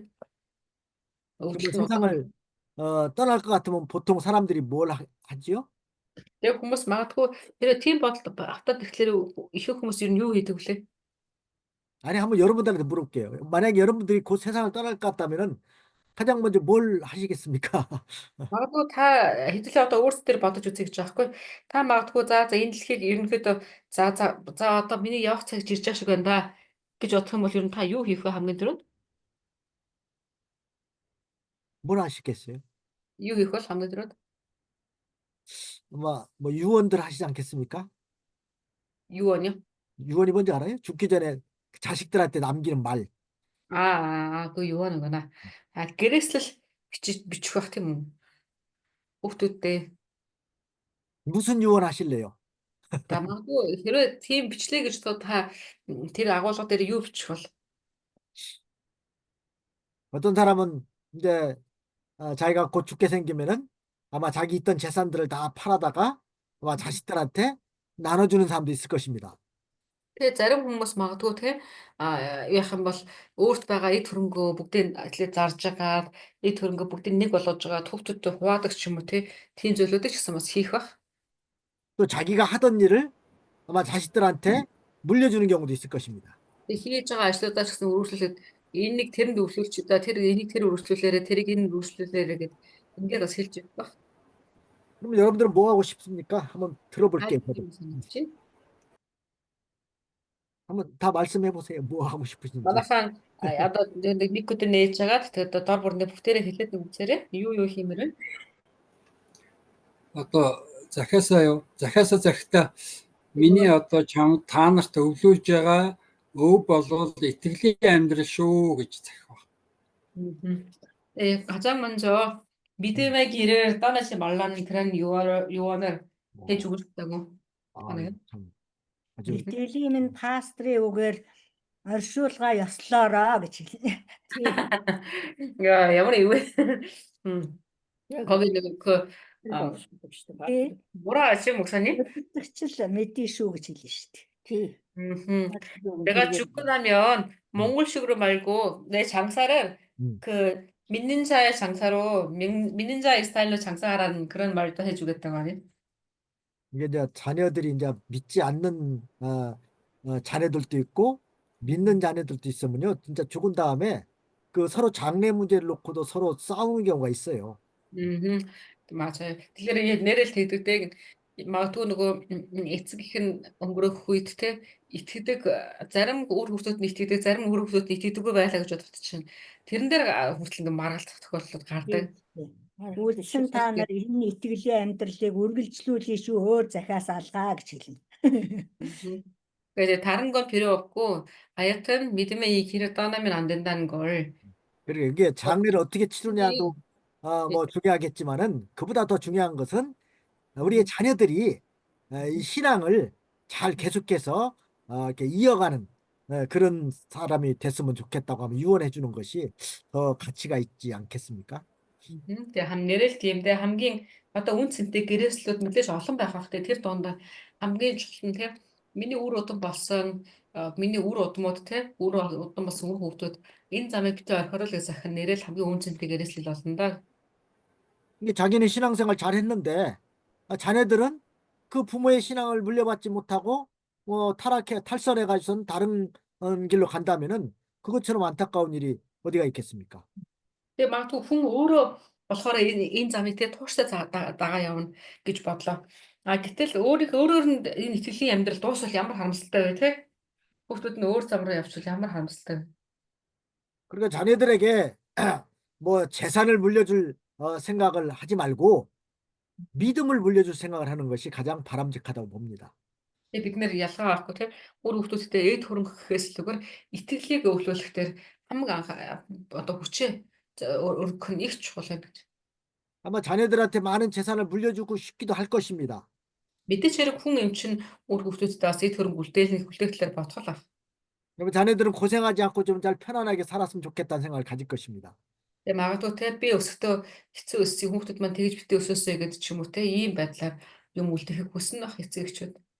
그러나 내가 땀 흘려서 노력해서 번 돈이 아니고 그냥 부모들에게 그냥 거저 받은 것은 잘 지키지 못하는 경우가 많습니다. Гэтэ яг харах юм бол нөгөө үр хүүхдүүд хүн гэдэг юмтан өөрийнхөө хөлсний үн цэнээр олсон эд хөрөнгө биш те зүгээр сууж агаад гар дээр нь ирсэн эд хөрөнгийг өрн таран хийгээд алга болгох ч бас их байгаад гэдгийг харагддаг. 그래서 재산을 물려줄 생각하지 말고 믿음을 물려주는 것이 가장 좋은 유산이라고 생각됩니다. Тийм учраас хамгийн одоо чухал те үлдэх зүйл нь бидний хувьд болохоор итгэл байна гэж ингээд бодож байна. 저도 그래서 자녀들에게 신앙의 계대를 계속해서 이어갔으면 좋겠다 이런 그 말을 합니다.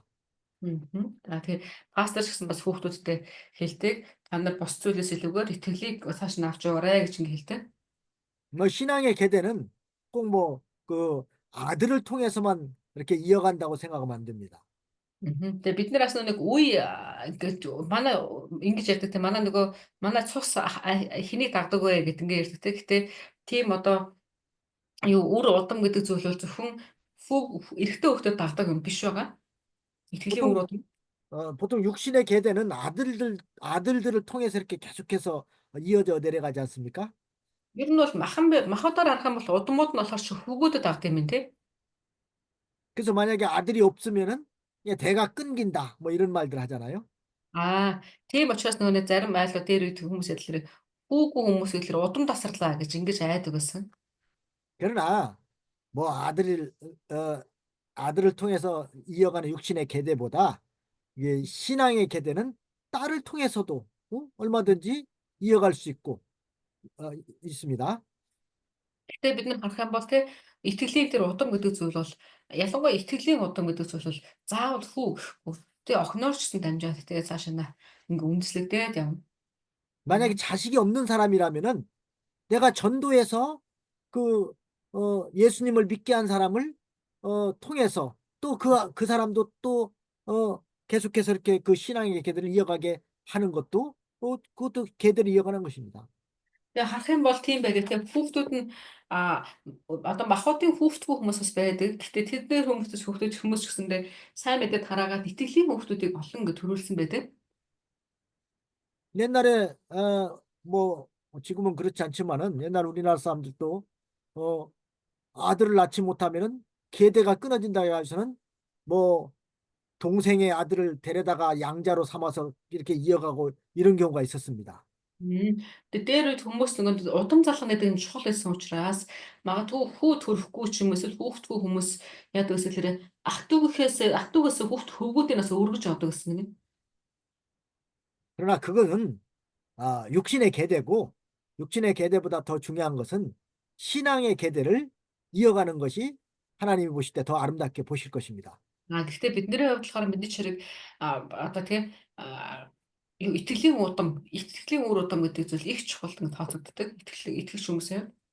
이게 아들이든 딸이든 자기의 그 신앙을 계속해서 물려받아서 그 신앙을 또 그 후손들에게 계속 물려주는 것이 이게 신앙의 계대를 이어가는 것입니다. Тэгээ бид нэр хүүч бай, охинч бай тий.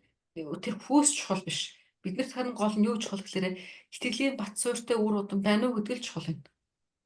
성경에 보면은 그 디모데 그 외할머니 로이스가 그 자기 어머니 유니게에게 좋은 신앙을 물려주니까 그 유니게는 또 자기 아들인 디모데에게 그 좋은 신앙을 물려줬습니다. За тэгэхээр Библиэлд харах юм бол бас тийм үе дамжин итгэлээ авсан хүмүүс байдаг тий. Тимотийн жишээлх юм бол Тимотийн одоо эмээ Лоис байхад тэр түүний охин Юник дамжуулаад Юникээс Тимотод ингээ итгэл ирсэн байх жишээ. 그러니까 로이스는 아들이 아니라 자기 딸을 통해서 그 신앙의 계대를 이어가게 하셨잖아요.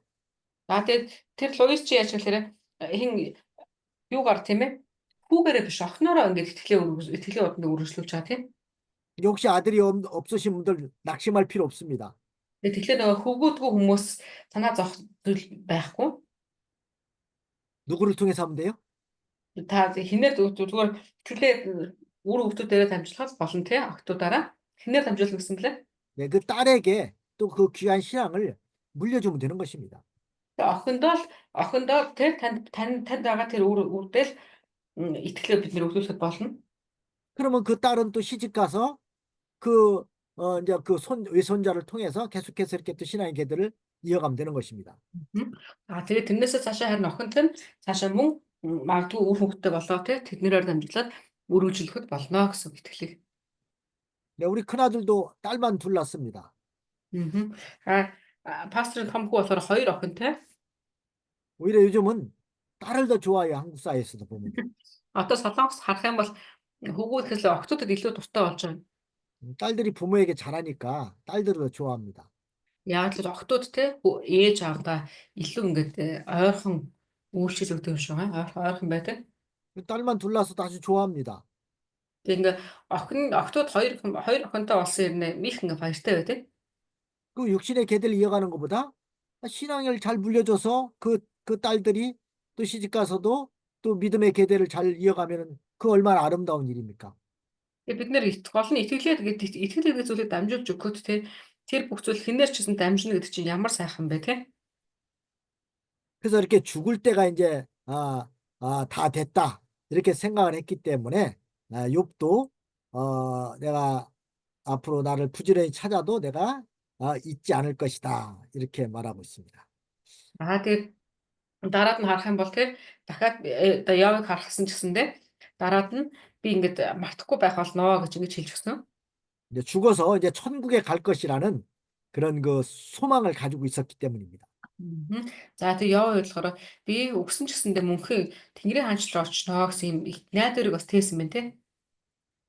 자, 여러분들도 마찬가지로 내가 지금 죽어도 나는 천국에 갈 수 있다는 확신들이 다 있으십니까? За та нарт маань одоо ингээд өнгөрсөн ч гэсэндээ би мөнхийн улс орно гэсэн итгэл бат итгэл байгаа юу? 다 있으시죠? 그런데 어떤 분들은 천국에 갈지 못 갈지 좀 의심스러워하는 사람이 있어요. Гэхдээ зарим хүмүүсээс ингээд асуухлаар нь штэ ингээд дотроо эргэлздэг хүмүүс байдаг. Би одоо яг яах юм бол нэр явах байгаа да гэсэн ч юм итгэл эргэлзээтэй хүмүүсс байдаг. 천국에 가느냐 못 가느냐 이거 기준은 바로 어디에 있냐면은 예수 그리스도를 구주로 믿었느냐 믿지 않았느냐에 있는 것입니다. Тэгээ угаасаа эцсийн үндэд харах юм бол тэр чинь Тэнгэр мөнгөний хаанчлал руу орох уу орохгүй юу гэдэг чинь тэр цэнзүр хин дээр өгдөг лээ. Эзэн Есүсийг та өөрийнхөө аварч эзнэр хүлээж авсан уу гэдэг дээр байгаа тийм ээ. 뭐 보통 사람 생각할 때 착하게 살아야 천국에 간다. 또 죄를 지으면은 지옥에 간다. 이렇게 생각하는 건 잘못된 것입니다. Тэгэхээр хүмүүс болохоор буруу ойлгох гэдэг. Би сайн буян үлдээд ч юм уу би сайн зүйлийг их хийчих юм бол девачнд очно гэсэн ийм ойлголт манай монголчууд байдаг тийм. 예수님은 우리의 죄를 용서해 주기 위해서 세상에 오셔서 십자가에서 피 흘려 주신 것입니다. Тэгээ эзэн Есүс яасан бэлэр биднийг аврахын тулд тийм ээ биднийг аврахын тулд энэ дэлхий дээр өөрөө ирсэн. Тэгээ өөрөө бидний төлөө цусаа уурсгаж ийж биднийг аварсан ийм гавийг хийсэн тийм ээ. 예수님이 십자가에서 피를 흘리신 것은 하나님께 우리 죄를 속하기 위한 속죄의 제사였습니다.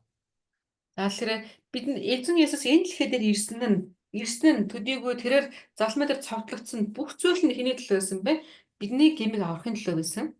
그래서 누구든지 예수님이 내 죄를 용서해 주기 위해서 십자가에서 피 흘려 주셨다는 것을 믿는 사람은 다 죄 사함 받고 천국에 가는 것입니다.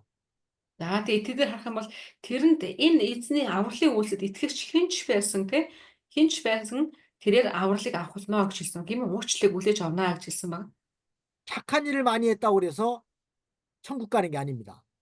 Тэгэхээр гоё зүйлийг их хийлээ гэд Тэнгэрийн хаанчлалд ордог зүйл биш байгаа. 내 죄를 사함 받아야 됩니다. Тэгээ уучлалыг авах хэрэгтэй. Гэмийнхээ төлөө өршөөлийг авах хэрэгтэй. 그 죄를 누가 사해 주셨냐면은 바로 예수님이 그 죄를 사해 주셨습니다. Тэр уучлалыг хэн өгдөг юм бэ гэхээр эзэн Есүс өгөхийн тулд ирээд бүр үйлдэлсэн байгаа. 이것을 믿어야만 죄사함 받고 천국 가는 것입니다. Энд итгэгчээр тэр чинь яа гэхээр уучлалыг авна гэсэн. Тэгээ уучлалыг авч Тэнгэрийн ажил орно гэсэн. 그런데 뭐 기독교 외에 다른 종교를 보면은 상당수가 뭐 세상에서 선하게 살아야만 구원받는 것으로 이렇게 가르치고 있습니다. Гэхдээ дараад нь харах юм бол өөр зүйл дээр тийм ээ өөр зарим нэг одоо шашныг харах юм бол тэгхгүйгээр зүгээр энэ дэлхийд амьдрахтаа үйлдэл дээр анхаарах хэрэгтэй гэдэг анхаарч ээж Тэнгэрийн хаанчлалд орно гэсэн ийм мессежүүд ингээ өргөж өгдөг. 인간이 아무리 의를 행한다, 즉 착한 일을 한다고 해도 하나님 보시기에는 다 더러운 옷과 같다고 그랬습니다. Тэгээ хүн Библиэр тэгсэнтэй хүн хичнээн одоо зөв зүйлийг өгөөд зөв зүйлийг хийсэн байлаа гэсэндээ Бурхныг харахад бол тэр бузар муу харагдана гэж хэлсэн байна. 만약에 예를 들어서요, Тэгээ жишээ нь гэх юм ба 어떤 사람들이 남의 물건을 도둑질에 가령 5명이 도둑질해 왔다고 봅시다. 5명이 가서 어느 집에 가서 물건을 도둑질해 왔어요. За хэдлээ нэг жишээ одоо жишээ татах юм бол магадгүй нэг 5 хулгайч тэгээ нэг айл руу ороод нэг айлыг хулгааллаа гэж бодъё. 그래서 그 5명이 의논하기를, 야, 우리 양심을 써서 정직하게 5명이 똑같이 나누어 갖자. 그렇게 했다고 합시다. Тэгээ тэр 5 хулгайч яасан гэхээр за хэдүүлээ яг олсон зүйлээ яг 5 хуваагаад авъя. Яг тэцүүхэн хуваая гэд ингэж ярьсан гэж бодъё. 가령 500만 원어치를 도둑질해 왔는데 한 사람당 100만 원씩 가지면 정확하죠? Жишээлх юм бол тэр 5 хулгайч ойролцоогоор 5 сая хулгайллаа гэж бодоход яг тэнцүү хойг бол саяар наавна гэсэн үг шүү дээ тийм ээ. 자, 그렇게 해서 누가 덜 가지지도 않고 누가 더 많이 가지지도 않고 공정하게 똑같이 분배해서 가졌다고 합시다. За тэгээ тэд нар яг хөлөөр яг эргэтгш хуваасан. Тэрэн дээр жинхэнэ шудраг өсөг ингээд ярилцсан гэж бодъё. 자, 그 사람들이 정직하고 의로운 사람들입니까? Тэд нар тэгвэл үнэхээр шудраг хүмүүс мөн гэж үү? 자기들은 우리 욕심 부리지 말고 정직하게 의롭게 똑같이 나누어 갖자 해서 나누어 가졌다고 그래서 우리가 볼 때 그 사람들을 의로운 사람이라고 말할 수 있냐 그 말입니다. Тэгээ тэр одоо хулгайчлаар хулгайсан 5 сая төгрөгөө аваад чухам ярьж байна. За хэдлээс хин хинэн шудлахгүй, илүү харахгүй, нэгийг хохирохгүйгээр яг тэнцүүхэн хуваацгаая гэнгээ хувааж байгаа байхгүй. За тэр хүмүүстэй тэнцүүхэн саяг авсан гэж бодъё. За тэгвэл бидний нүдэнд тэр хүмүүс үнэхээр тэр зөв те эргэтгш нэгийг хохироогүй тэр хүмүүс мөн үү? 자, 그 사람들 어때요? 정직한 사람들입니까? Бид нар үнэхээр зөвхт хүмүүс мөн үү? 아니죠. 왜 아닙니까? Яа биш гэвэл яагаад биш гэж? 똑같이 나눠 가졌는데. Тэд нар угаасаа яг ингээд те хэнийг хулгайчт бие нэг нөгөө буруу зүйлд одоо өөгшүүлсэн хамтдаа хулгай хийсэн болохоор буруу. Бусдыг хохируулж байгаа. 그 사람들은 본인들 자기 자신들한테는 정직하게 자신들한테 손해 보지 않게를 그렇게 했지만 도둑질 했기 때문에 그렇죠. 그거죠. 자기들 딴에는 아무리 정직하게 공평하게 나눠 가졌다 할지라도 그 자체가 벌써 도둑질한 거잖아요. 남의 거를 훔친 거잖아요. 그게 잘못된 것이죠. тэд нар хичнээн бие биендээ хэлээ шудраг аашуу гээл ингэж зэгсгсэн ч гэсэндээ тэд нар өөр хэн нэг хохироосон тийм тэд нар хулгай хийсэн. 우리 인간이 아무리 세상에서 정직하다고 할다 할지라도 하나님 보실 때에는 원죄를 용서받지 못하면은 정직한 사람이 될 수 없습니다. За гэхдээ яг энэ шиг гэсэн. Бурхан хүмүүс болохоор өөрийнхөө амьдарч байгаа байдал дээр за би өстэй зөв амьдарч байгаа, сайн байгаа тий ингэж хэлдэг. Гэтэ Бурханыг харахад бол үндсэн тэр гэм нарлагдахгүй бол тэр хүн хичнээн гоё зүйл яриад гоё зүйл хийсэн байлаа ч гэсэндээ гэмтэн бол гэмтэн байдаг. 그 죄를 사함받아야만이 깨끗해지고 구원받을 수 있는 것입니다. тэрээр тэр гэмийнхээ төлөөх өршөөлөг авахгүй л авч ээж өршөөлөг авч цагаатгааж ээж тэр дараад нь эзний өмнө зөвхт гэж тооцогдно. 그래서 구원받기 위해서 내가 아무리 착한 일을 많이 한다고 해도 그건 구원받을 수 없는 것입니다. Гэтэ өршөөлөг авахын төлөө гэвэл яах вэ? Яах чарга байхгүй хичнээн сайн зүйлийг мянга хийгээд нэмэр байхгүй. гэмиг 내 бол 죄를 용서해 주기 위해서 십자가에서 피 흘려신 예수님을 믿어야만 죄를 사함받고 하나님 앞에 의롭다고 인정을 받는 것입니다. харин Библиэлд юу гэж хамаасан бэлээ? Чи тэг Иесуст итгэх те. Иесуст итгэх юм бол тэр үед харин зөвхт гэж тооцоолнаа. Аврагднаа гэж хэлсэн байгаа. 그래서 인간이 아무리 선한 일을 많이 했다고 그래서 구원받고 천국 가는 게 아니라는 것입니다. Тийм учраас эндээс харах юм бол хүн хичнээн сайн эрийг, сайн зүйлийг, зөв зүйлийг их хийлээгээд авралгаач яваач очдог юм ерөөсөө биш ээ. 구원받고 천국 가는 길은 오직 믿음으로만 가는 것이지 행위로 가는 게 아닙니다. Тэг аврал авч Тэнгэрийн хаанчлалд орно гэдэг зүйл бол итгэлээр яригддаг зүйл болохоос биш тийм юм тэдэн удаа хийсэн учраас гэсэн юм бол байдгүй маа. 이제 바리새인들이 아무리 율법을 지키고 할례를 행했어도 그걸 가지고서 천국 가는 것이 아니라 바로 내 죄를 사해 주신 예수 그리스도를 믿음으로만 천국에 갈 수 있다는 것입니다. За тий харах юм бол тэгсэн те бид нэр эзний өмнө хэрэг үнэхээр зөвхт баяа гэж байгаа бол та таны цагаатахаар ирсэн Есүсийг хүлээж авах хэрэгтэй. 그래서 지금 죽어도 천국 갈 수 있습니까? 물어봤을 때 머뭇머뭇하면서 못 갈 것 같은 생각이 드는 사람은 왜 그렇습니까? Одоо магадгүй бид нэр хүнээс сая түрүүнд асуусан тий. Та яг одоо ингээд өнгөрлөө гэхэд Тэнгэрийн хаанчлалд ороход бэлэн байна уу гэж асуухлаар тий яг одоо юу гэж ч юм ингээд тий эргэлзээд ингээд байгаа хүн хэрэг байна гэж бодоход яагаад гэж байгаа болоо. 내가 Өөрөөсөө 내가 착하게 살 때는 천국에 갔을 것 같고 또 죄를 지으면은 지옥에 갔을 것 같고 지옥에 갈 것 같고 이런 생각을 가지고 있기 때문에 그렇습니다. тэгээ хүн яадаг гэхээр за би зөв зүйлийг хийгээ явж байгаа үед окей би гарнаа очно гэх тэгээд шууд зөв хариулдаг гэсэндээ би буруу юм гэхлээрээ за одоо ч яатсан бол мултарсан болов яатсан бол гэд ингээ бодоод идэг. Би зөв юм хийсэн бол явах юм шиг бодоод буруу юм хийсэн явахгүй юм шиг бодоод ингээд идэг. 그러나 예수 그리스도를 구주로 믿는 사람은 뭐 강도든 뭐 세리든 무슨 뭐 창녀든 누구든지 다 믿기만 하면은 다 죄사함 받고 천국에 갑니다. Гэхдээ би ингэсэн те харах юм бол итгэл гэдэг зүйл байж хахад тэр хүн одоо тэг салмад ирэх дээрэмчин байна уу?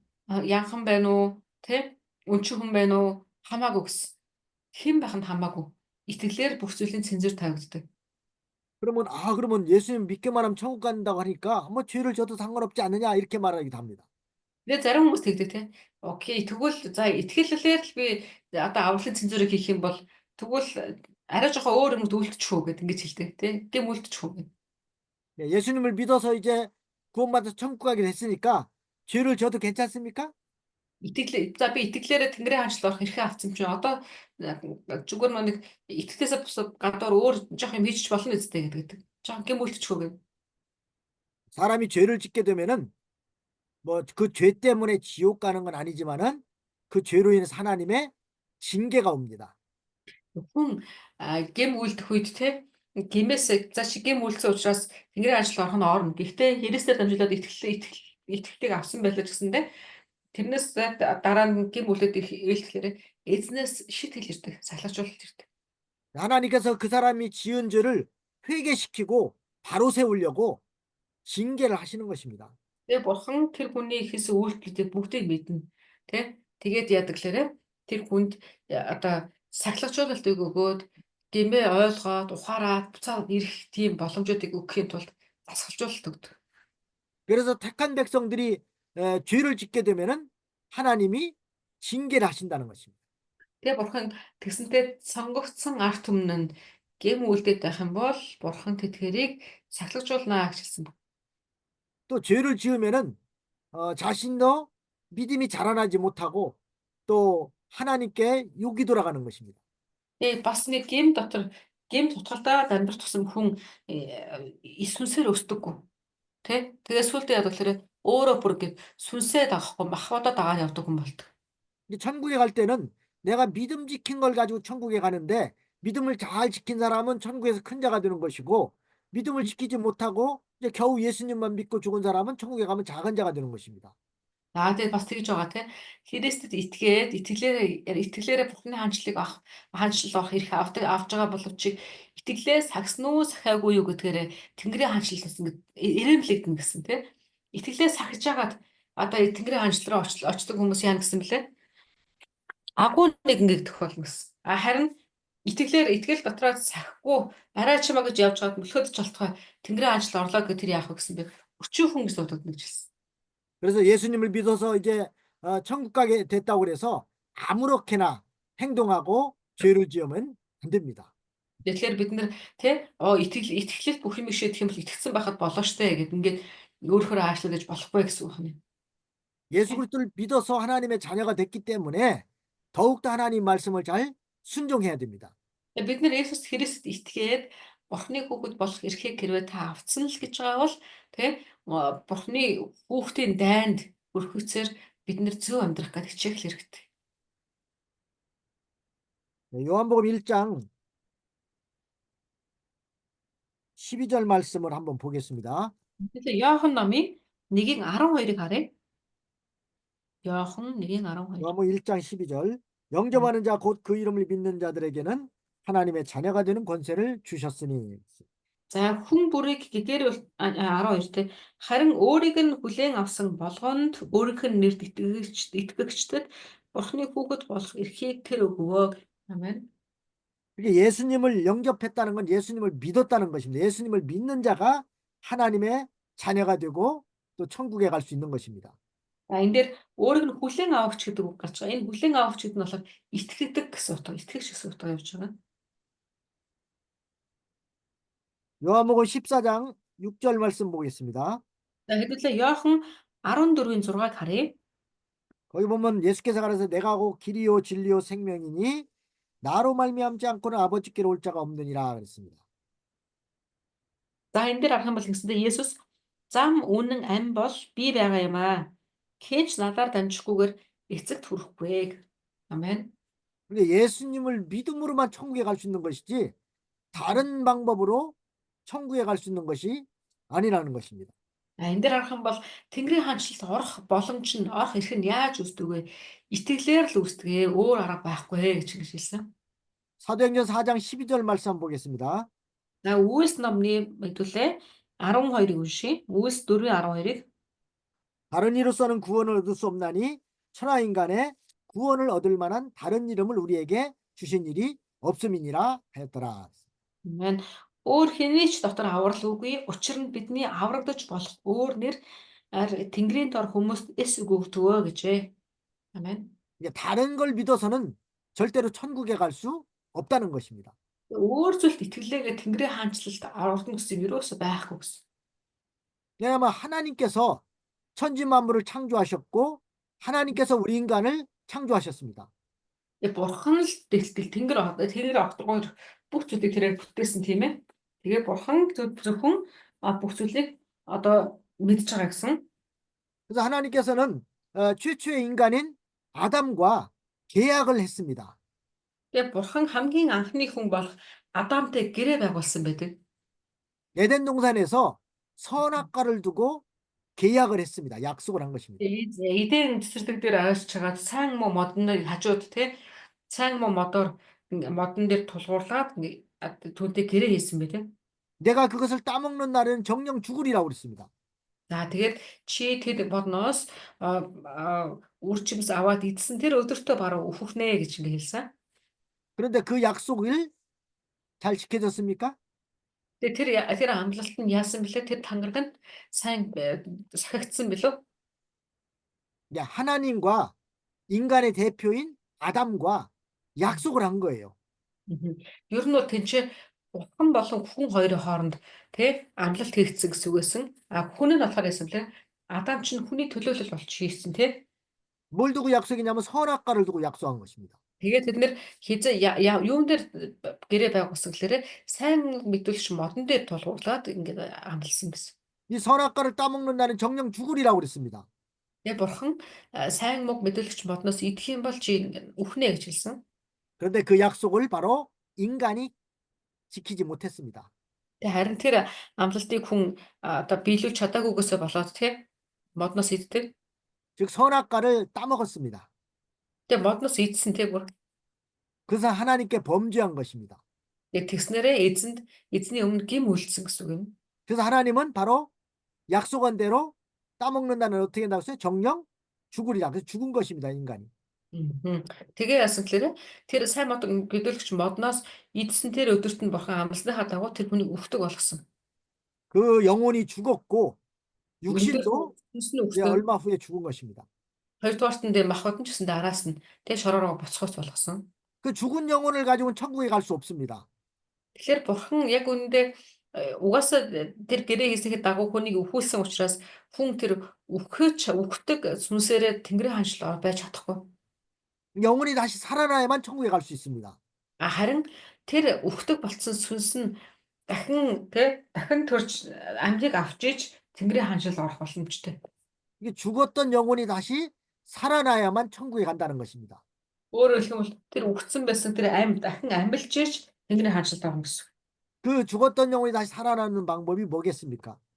За тэгэхээр тэгвэл тэр үхсэн байгаа тэр дахин үхсэн байгаа тэр сүнстэй дахин амьлахын тулд яах ёстой болоо?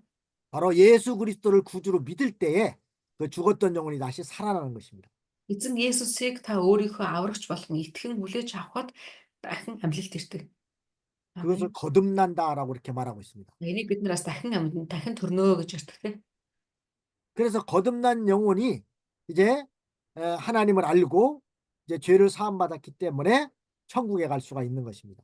За тэгэхээр харах юм бол тэр дахин төрсөн тэр сүнс эзэнд итгэл дотроо тэнгэрийн хаанчлал руу ордог гэсэн. 근데 예수 그리스도를 믿지 않으면은 그 죽었던 영혼이 다시 살아날 수가 없습니다. Гэтэ яг үүндээ Есүст итгэл хэрэг байхгүй бол тэр сүнс дахин амин орно гэж юу? 그래서 우리 믿는 성도들은 이제 예수를 믿음으로 거듭났기 때문에 이제부터는 하나님의 말씀대로 살아야 됩니다. Тэр бидний хувьд болохоор харин итгэсэн учраас та таны тэр сүнс чинь дахин төрсөн гэж явнаа. Төрсөн байгаа. Тэгэхээр тийм учраас бид нар одоо яах ёстой вэ? Тэгвэл Бурхны өмнө түүний хүмүүсээр ингээм амьдрах нь их чухал юм. 그런데 예수님을 믿어서 거듭난 사람이라도 살다 보면은 또 죄를 짓게 돼 있습니다. Тэгээ хүн л болсон хань яадаг гэхээр итгэлээрээ аврал аваад дахиад яг тэр замаар явж байгаа ч гэсэндээ дахиад тэр дунд гэмэд үйлдэгдчихлээ. 그러면 예수님 믿는 사람이 살다가 죄를 지으면은 그 죄를 지었다고 해서 다시 지옥에 갈까요? Тэгвэл тэр ингээ одоо итгэвч хүмүүсээ явах замдаа дахиад бүдэрлээ гэж бодоод бүдэрснийхээ төлөө одоо тэнгэрийн хаанчлалын листнес нэр нь арилгадна гэж юу? 예수님께서 십자가에서 흘리신 피는 과거에 지은 죄와 현재 지은 죄와 앞으로 지을 모든 죄까지 다 용서해 주신 것입니다. Бидний эзэн Иесусийн тэр урсгасан цус бол зөвхөн өнгөрсөн хугацаанд миний үлдэж ирсэн гэмүүдийг угааж байгаа юм биш байгаа. Харин өнгөрсөн хугацааны одооны ирээдүйд үйлдэгдэх бүх цаг үед уурсгагдах тэр юуны гмийн уучлалын цус байсан. 아멘. 그래서 믿는 사람이 죄를 지었다고 하나님께서 지옥에 보낸 게 아니라 믿는 사람이 죄를 짓게 되면은 그 죄를 회개시키고 바로 세우려고 징계하신다는 것입니다. Тэгэхээр бидний бурхан тийм учраас одоо итгэгч хүмүүс эхлээд тэнгэрийн хаанчлалыг анчд бижаа буцаа тэнгэрийн хаанчлалаас болтрогдаад тэгээд там руу явна гэсэн юм биш. Бурхан харин тэр хүмүүст магадгүй угаасаа гэм үйлдэнд гэхдээ тэр үе болохонд нь сэнхрүүлээд тэгээд дахин гимшүүлээд дахин буцаж ирэх ийм үйлдэлүүдийг ингээ хийдэг. 그 징계가 올 때 낙심하지 말고 하나님께서 나를 사랑하셔서 바로 세우려고 은혜로 주신 것이다. 이렇게 믿고 자기의 죄를 찾아서 회개하는 기회를 삼으라는 것입니다. Тийм учраас бид нар яах ёстой гэхээр эзний өмнө очиод хэрвээ буруу үйлдээд бүдрээд эсвэл гим үлдчихлээ гэж бодоход эзний өмнө очиод дахин гимшээд одоо өөрийнхөө жоохон хацааж ирсэн тэр замууд дахин шинжил тэгшлэх ёстой гэсэн. 보통 고난이 오는 것은 자기가 죄를 지었기 때문에 하나님께서 회개시키려고 고난을 주는 경우가 많습니다. Хүнд аливаа нэг асуудлууд гинтхэн тулгарлаа гэж бодоход ч юм уу аливаа нэг зовлон шийдэх эцэг асуудлууд гинт гарлаа гэж бодоход тэр яадаг гэхээр ихэнхдээ хүн ямар нэгэн байдлаар өөрөө хазаацсан харин бурхан түүнийг сэргийлэхийн тулд ингээ үйлдэгдсэн зүйлсүүд байх гэдэг. 그러나 모든 고난이 다 죄 때문에 오는 것은 또 아닙니다. Гэтэ бас энийг нэг талаар нь хэлбэж бодож болохгүй бүх асуудлууд гэмээс үүдэлтэй гэж болохгүй. 바로 욥과 같이 죄를 짓지 않았는데도 고난이 오는 경우가 있습니다. За Йов шиг тийм ээ. Ямар нэгэн байдлаараа буруу зүйл хийгээгүй ч гэсэндээ одоо асуудал ингээ өртөж боддог байх нь тийм. 그래서 이 고난도 세 가지 종류가 있습니다. Тэгэхээр бид нар харах юм бол одоо та зовлон зүдгүүр гэдэг зүйлийг 3 төрлөөр бас харж болно. 네, 베드로전서 2장 19절부터 20절까지 한번 보겠습니다. За 2장 19절부터 20절. 네. 네. 1-р Петр 2-ын 19-20-ыг хэллээ харъя.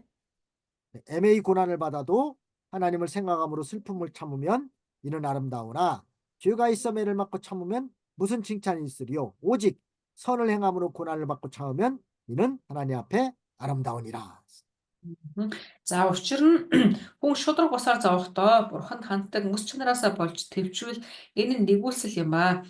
Хэрв та нар нүгэл үйлдэж цохиулаад төвчсөн бол үүнд ямар говья байх вүлээ? Харин та нар зүвийг үйлдээд зовохдоо үүнийг хүлцэн төвчвөл энэ нь бурхны өмнө нэгүүлсэл юм аа. 아멘. 네, 이렇게 애매히 즉 자기가 특별히 무슨 죄를 짓지 않았는데도 고난을 당하는 경우가 있습니다. За эндээс бас дахиад харагдаж байна тийм ээ. Хүн өөрийнхөө гараар ямар нэг асуудал гаргаагүйсэн ч гэсэндээ одоо тийм ийм сахилчуулалт гэдэг зүйл ирдэг гэдгийг харж болж байна. 예수님께서 세상에 계실 때 무슨 예수님이 죄를 지어서 고난을 당하신 게 아닙니다. За тэгээ эзэн Есүс гэсэндээ бас энэ дэлхийд ирээд зовлон амтлахтаа тэрээр гимийнхээ төлөөсийн төлөө зовлон амтлсан биш байсан. 그러니까 이런 고난이 올 때에는 주님을 생각함으로 잘 참으면은 그것도 아름답다고 그랬습니다. За тэгэхээр бид нар ийм зүйлсүүдээр ямар нэгэн байдлаар гүтгэлэг чимшиг те буруугүй ярнэ зовлон асуудал амслаа гэхэд энэ дунд нь эзний өмнө шалгалтанд унахгүй тулд те маш ингэ хичээх хэрэгтэй.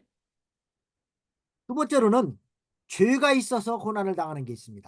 За хоёрдугаарт нь болохоор хүн өөрөө алдаанаасаа болоод зовлон амталдаг тохиолдол байдаг. 이게 자기가 죄를 지었기 때문에 징계로 오는 고난입니다. Өөрөөр хэлэх юм бол хүн өөрөө эзний өмнө буруу сонголтыг хийдэг, өөрөө гэм үйлддэг, харин тэрнийг нь дараад нь сануулгахын тулд, салгажуулахын тулд асуудлууд ирдэг тохиолдол байдаг. 뭐 그것은 칭찬받을 것은 못 되지만은 그것 때문에 자기 죄를 찾아서 회개할 수 있는 기회가 될 수 있습니다. Тэгэхээр мэдээж хэрэг бид нэр тэрийг ингээд одоо сайшааж юм ингэхэд хэцүү те. Харин тухайн хүн тэр нөхцөл байдлуудаараа дамжуулаад өөрийнхөө хэн бэ, яасан бэ гэдгийг олж мэдээд гимших нэг чухал байдаг. 세 번째로는 선을 행함으로 당하는 고난이 있습니다. За гуравт нь болохоор зөвийг үйлдэхийн төлөө одоо өрсдөг ийм зовлон гэж байна. 이건 적극적으로 하나님 말씀대로 살려고 하니까 당하는 고난입니다. Тэгээ ялангуяа бид нар харах бол бурхны үгэн дээр зогсох гэж хичээх үед те янз бүрийн хавчлагууд ирнэ, те дооглолт ирнэ гэх мэтчлэн. 이런 고난이 올 때는 잘 참으면은 하나님 앞에 아름답다고 그랬습니다. За гэхдээ харин яг ийм тохиолдолд буюу одоо өөрөө буруугүй ч гэсэндээ ингэж байгаа тохиолдолд төвчих юм бол эзэн бурхан үнийг гоё сайн гэж хэлсэн те. 이렇게 고난이 올 때도 이렇게 세 가지 있습니다. Тэгэхээр илүү зовлонгийн талаар ярихад 3 төрөл байна те. 첫째는 애매히 당하는 고난. За нэгдүгээр нь болохоор өөрөө юутай хэлмэгдсэн те хэлмэгдэж ирдэг юм юу вэ? 두 번째는 죄가 있어서 당하는 고난. Хоёр дахь нь болохоор өөрөө буруу олмотой хийдэг тэрээсээ болоод авч байгаа шийтгэлүүд. 세 번째는 선을 행함으로 당하는 고난입니다. За гурав дахь нь болохоор зөвийг үйлдэхийн төлөө зөвийн тал бацсагснараа авддаг шийтгэл гэж байна. 이 세 가지가 사실은 우리 성도의 영적으로는 다 유익한 것들입니다. За тэгэхээр энэ харах юм бол энэ аль ч шалгуур байсан гэсэн таны сүнсний амьдралын хувьд бол тун одоо танд хэрэгтэй. 이것 때문에 자기를 만들 수 있는 기회이기 때문입니다. Яг л эдгээр зүйлсүүдээр дамжуулаад та өөрийгөө босгон байгуулах боломж гэж харах хэрэгтэй. 이게 고난이 올 때마다 이 세 가지 중에서 과연 나한테 온 고난이 어떤 고난인가를 생각해보고 세 가지 모두가 다 하나님께서 은혜로 주신 줄을 믿으시기 바랍니다. Яг л бид нэр аливаа асуудалд орох үедээ нэг эргэцүүлж бодоод тийм ээ. Энэ яг юу вэ те? Яагаад ингэж юм бол гэдэг бид нэр анхаардаг байх хэрэгтэй.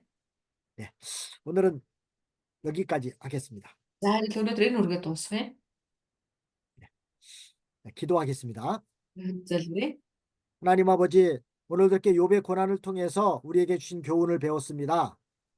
Эзэн минь энэ өдөр та яваар дамжуулаад мөн түүний үйлдэлээр биднэрт сургамж өгснөд талархъя. 고난이 너무 심하기 때문에 차라리 죽는 것이 낫다고까지 말했습니다. Явын хувьд үнэхээр хэцүү нөхцөл байдалтай байсан. Тэр нөхцөл байдлаасаа болоод баг эсрэгээр өгөхийг ч хүсэмжилж исэн гэсэн. 하나님께서는 욥을 사랑하셔서 이런 고난을 통해 더 좋은 사람으로 만들고자 함이었습니다. Эзэн минь бид нар бурхан танд яв танаар дамжуулаад илүү хүчрхэгжлийн тулд тань руу хандаа залбирч гисэн гэж хэлсэн. 우리도 이런 고난이 올 때마다 주님을 생각함으로 잘 참고 이기는 자가 되게 해주시옵소서. Эзэн минь бид нар асуудал тулгарх болгонд эхний ээлжинд тань руу ханддаг, тань руу хашгирдаг байснараа альва асуудлуудыг таны өмнө зөвөр давангахад тусалж өгөөч. 네, 감사하고 예수님의 이름으로 기도합나이다. 아멘. Илэрхийлж Иесусийн нэрээр залбирлаа. Амен. 수고하셨습니다. 네, 수고하셨습니다, 목사님. 네, 다음 주 목요일은 제가 좀 어디 좀 가기 때문에 쉽니다. 아하. Дараа 7 өдрийн дараа 7 өдрийн 4 өдөр болохоор пастор нэг төлөвлөсөн ажилтай байгаа гинэ. 그래서 이제 그 다음 주 하고 음. 그 다음 주면은 6월 5일, 그 다음에 그 다음 주 6월 12일까지 하면은 제 강의는 마칩니다. 두 번 Тэр 남았습니다. удаагийн хичээл чинь ерөнхийдөө 6 сарын 10 хүртэл бас явагдах юм биш үү? 11-ний хүртэл ч юм уу? 네. 10-нд пасторын сүүлийн хичээл байгаа гинэ. 네, 그러면 또 다음 주에 뵙겠습니다. 다음에 Бид 뵙겠습니다. нэр дараа уулзцгаая. Баяртай. 네, 감사합니다. 네, 안녕하세요. 네, 안녕히 계세요. За баяртай өмнө.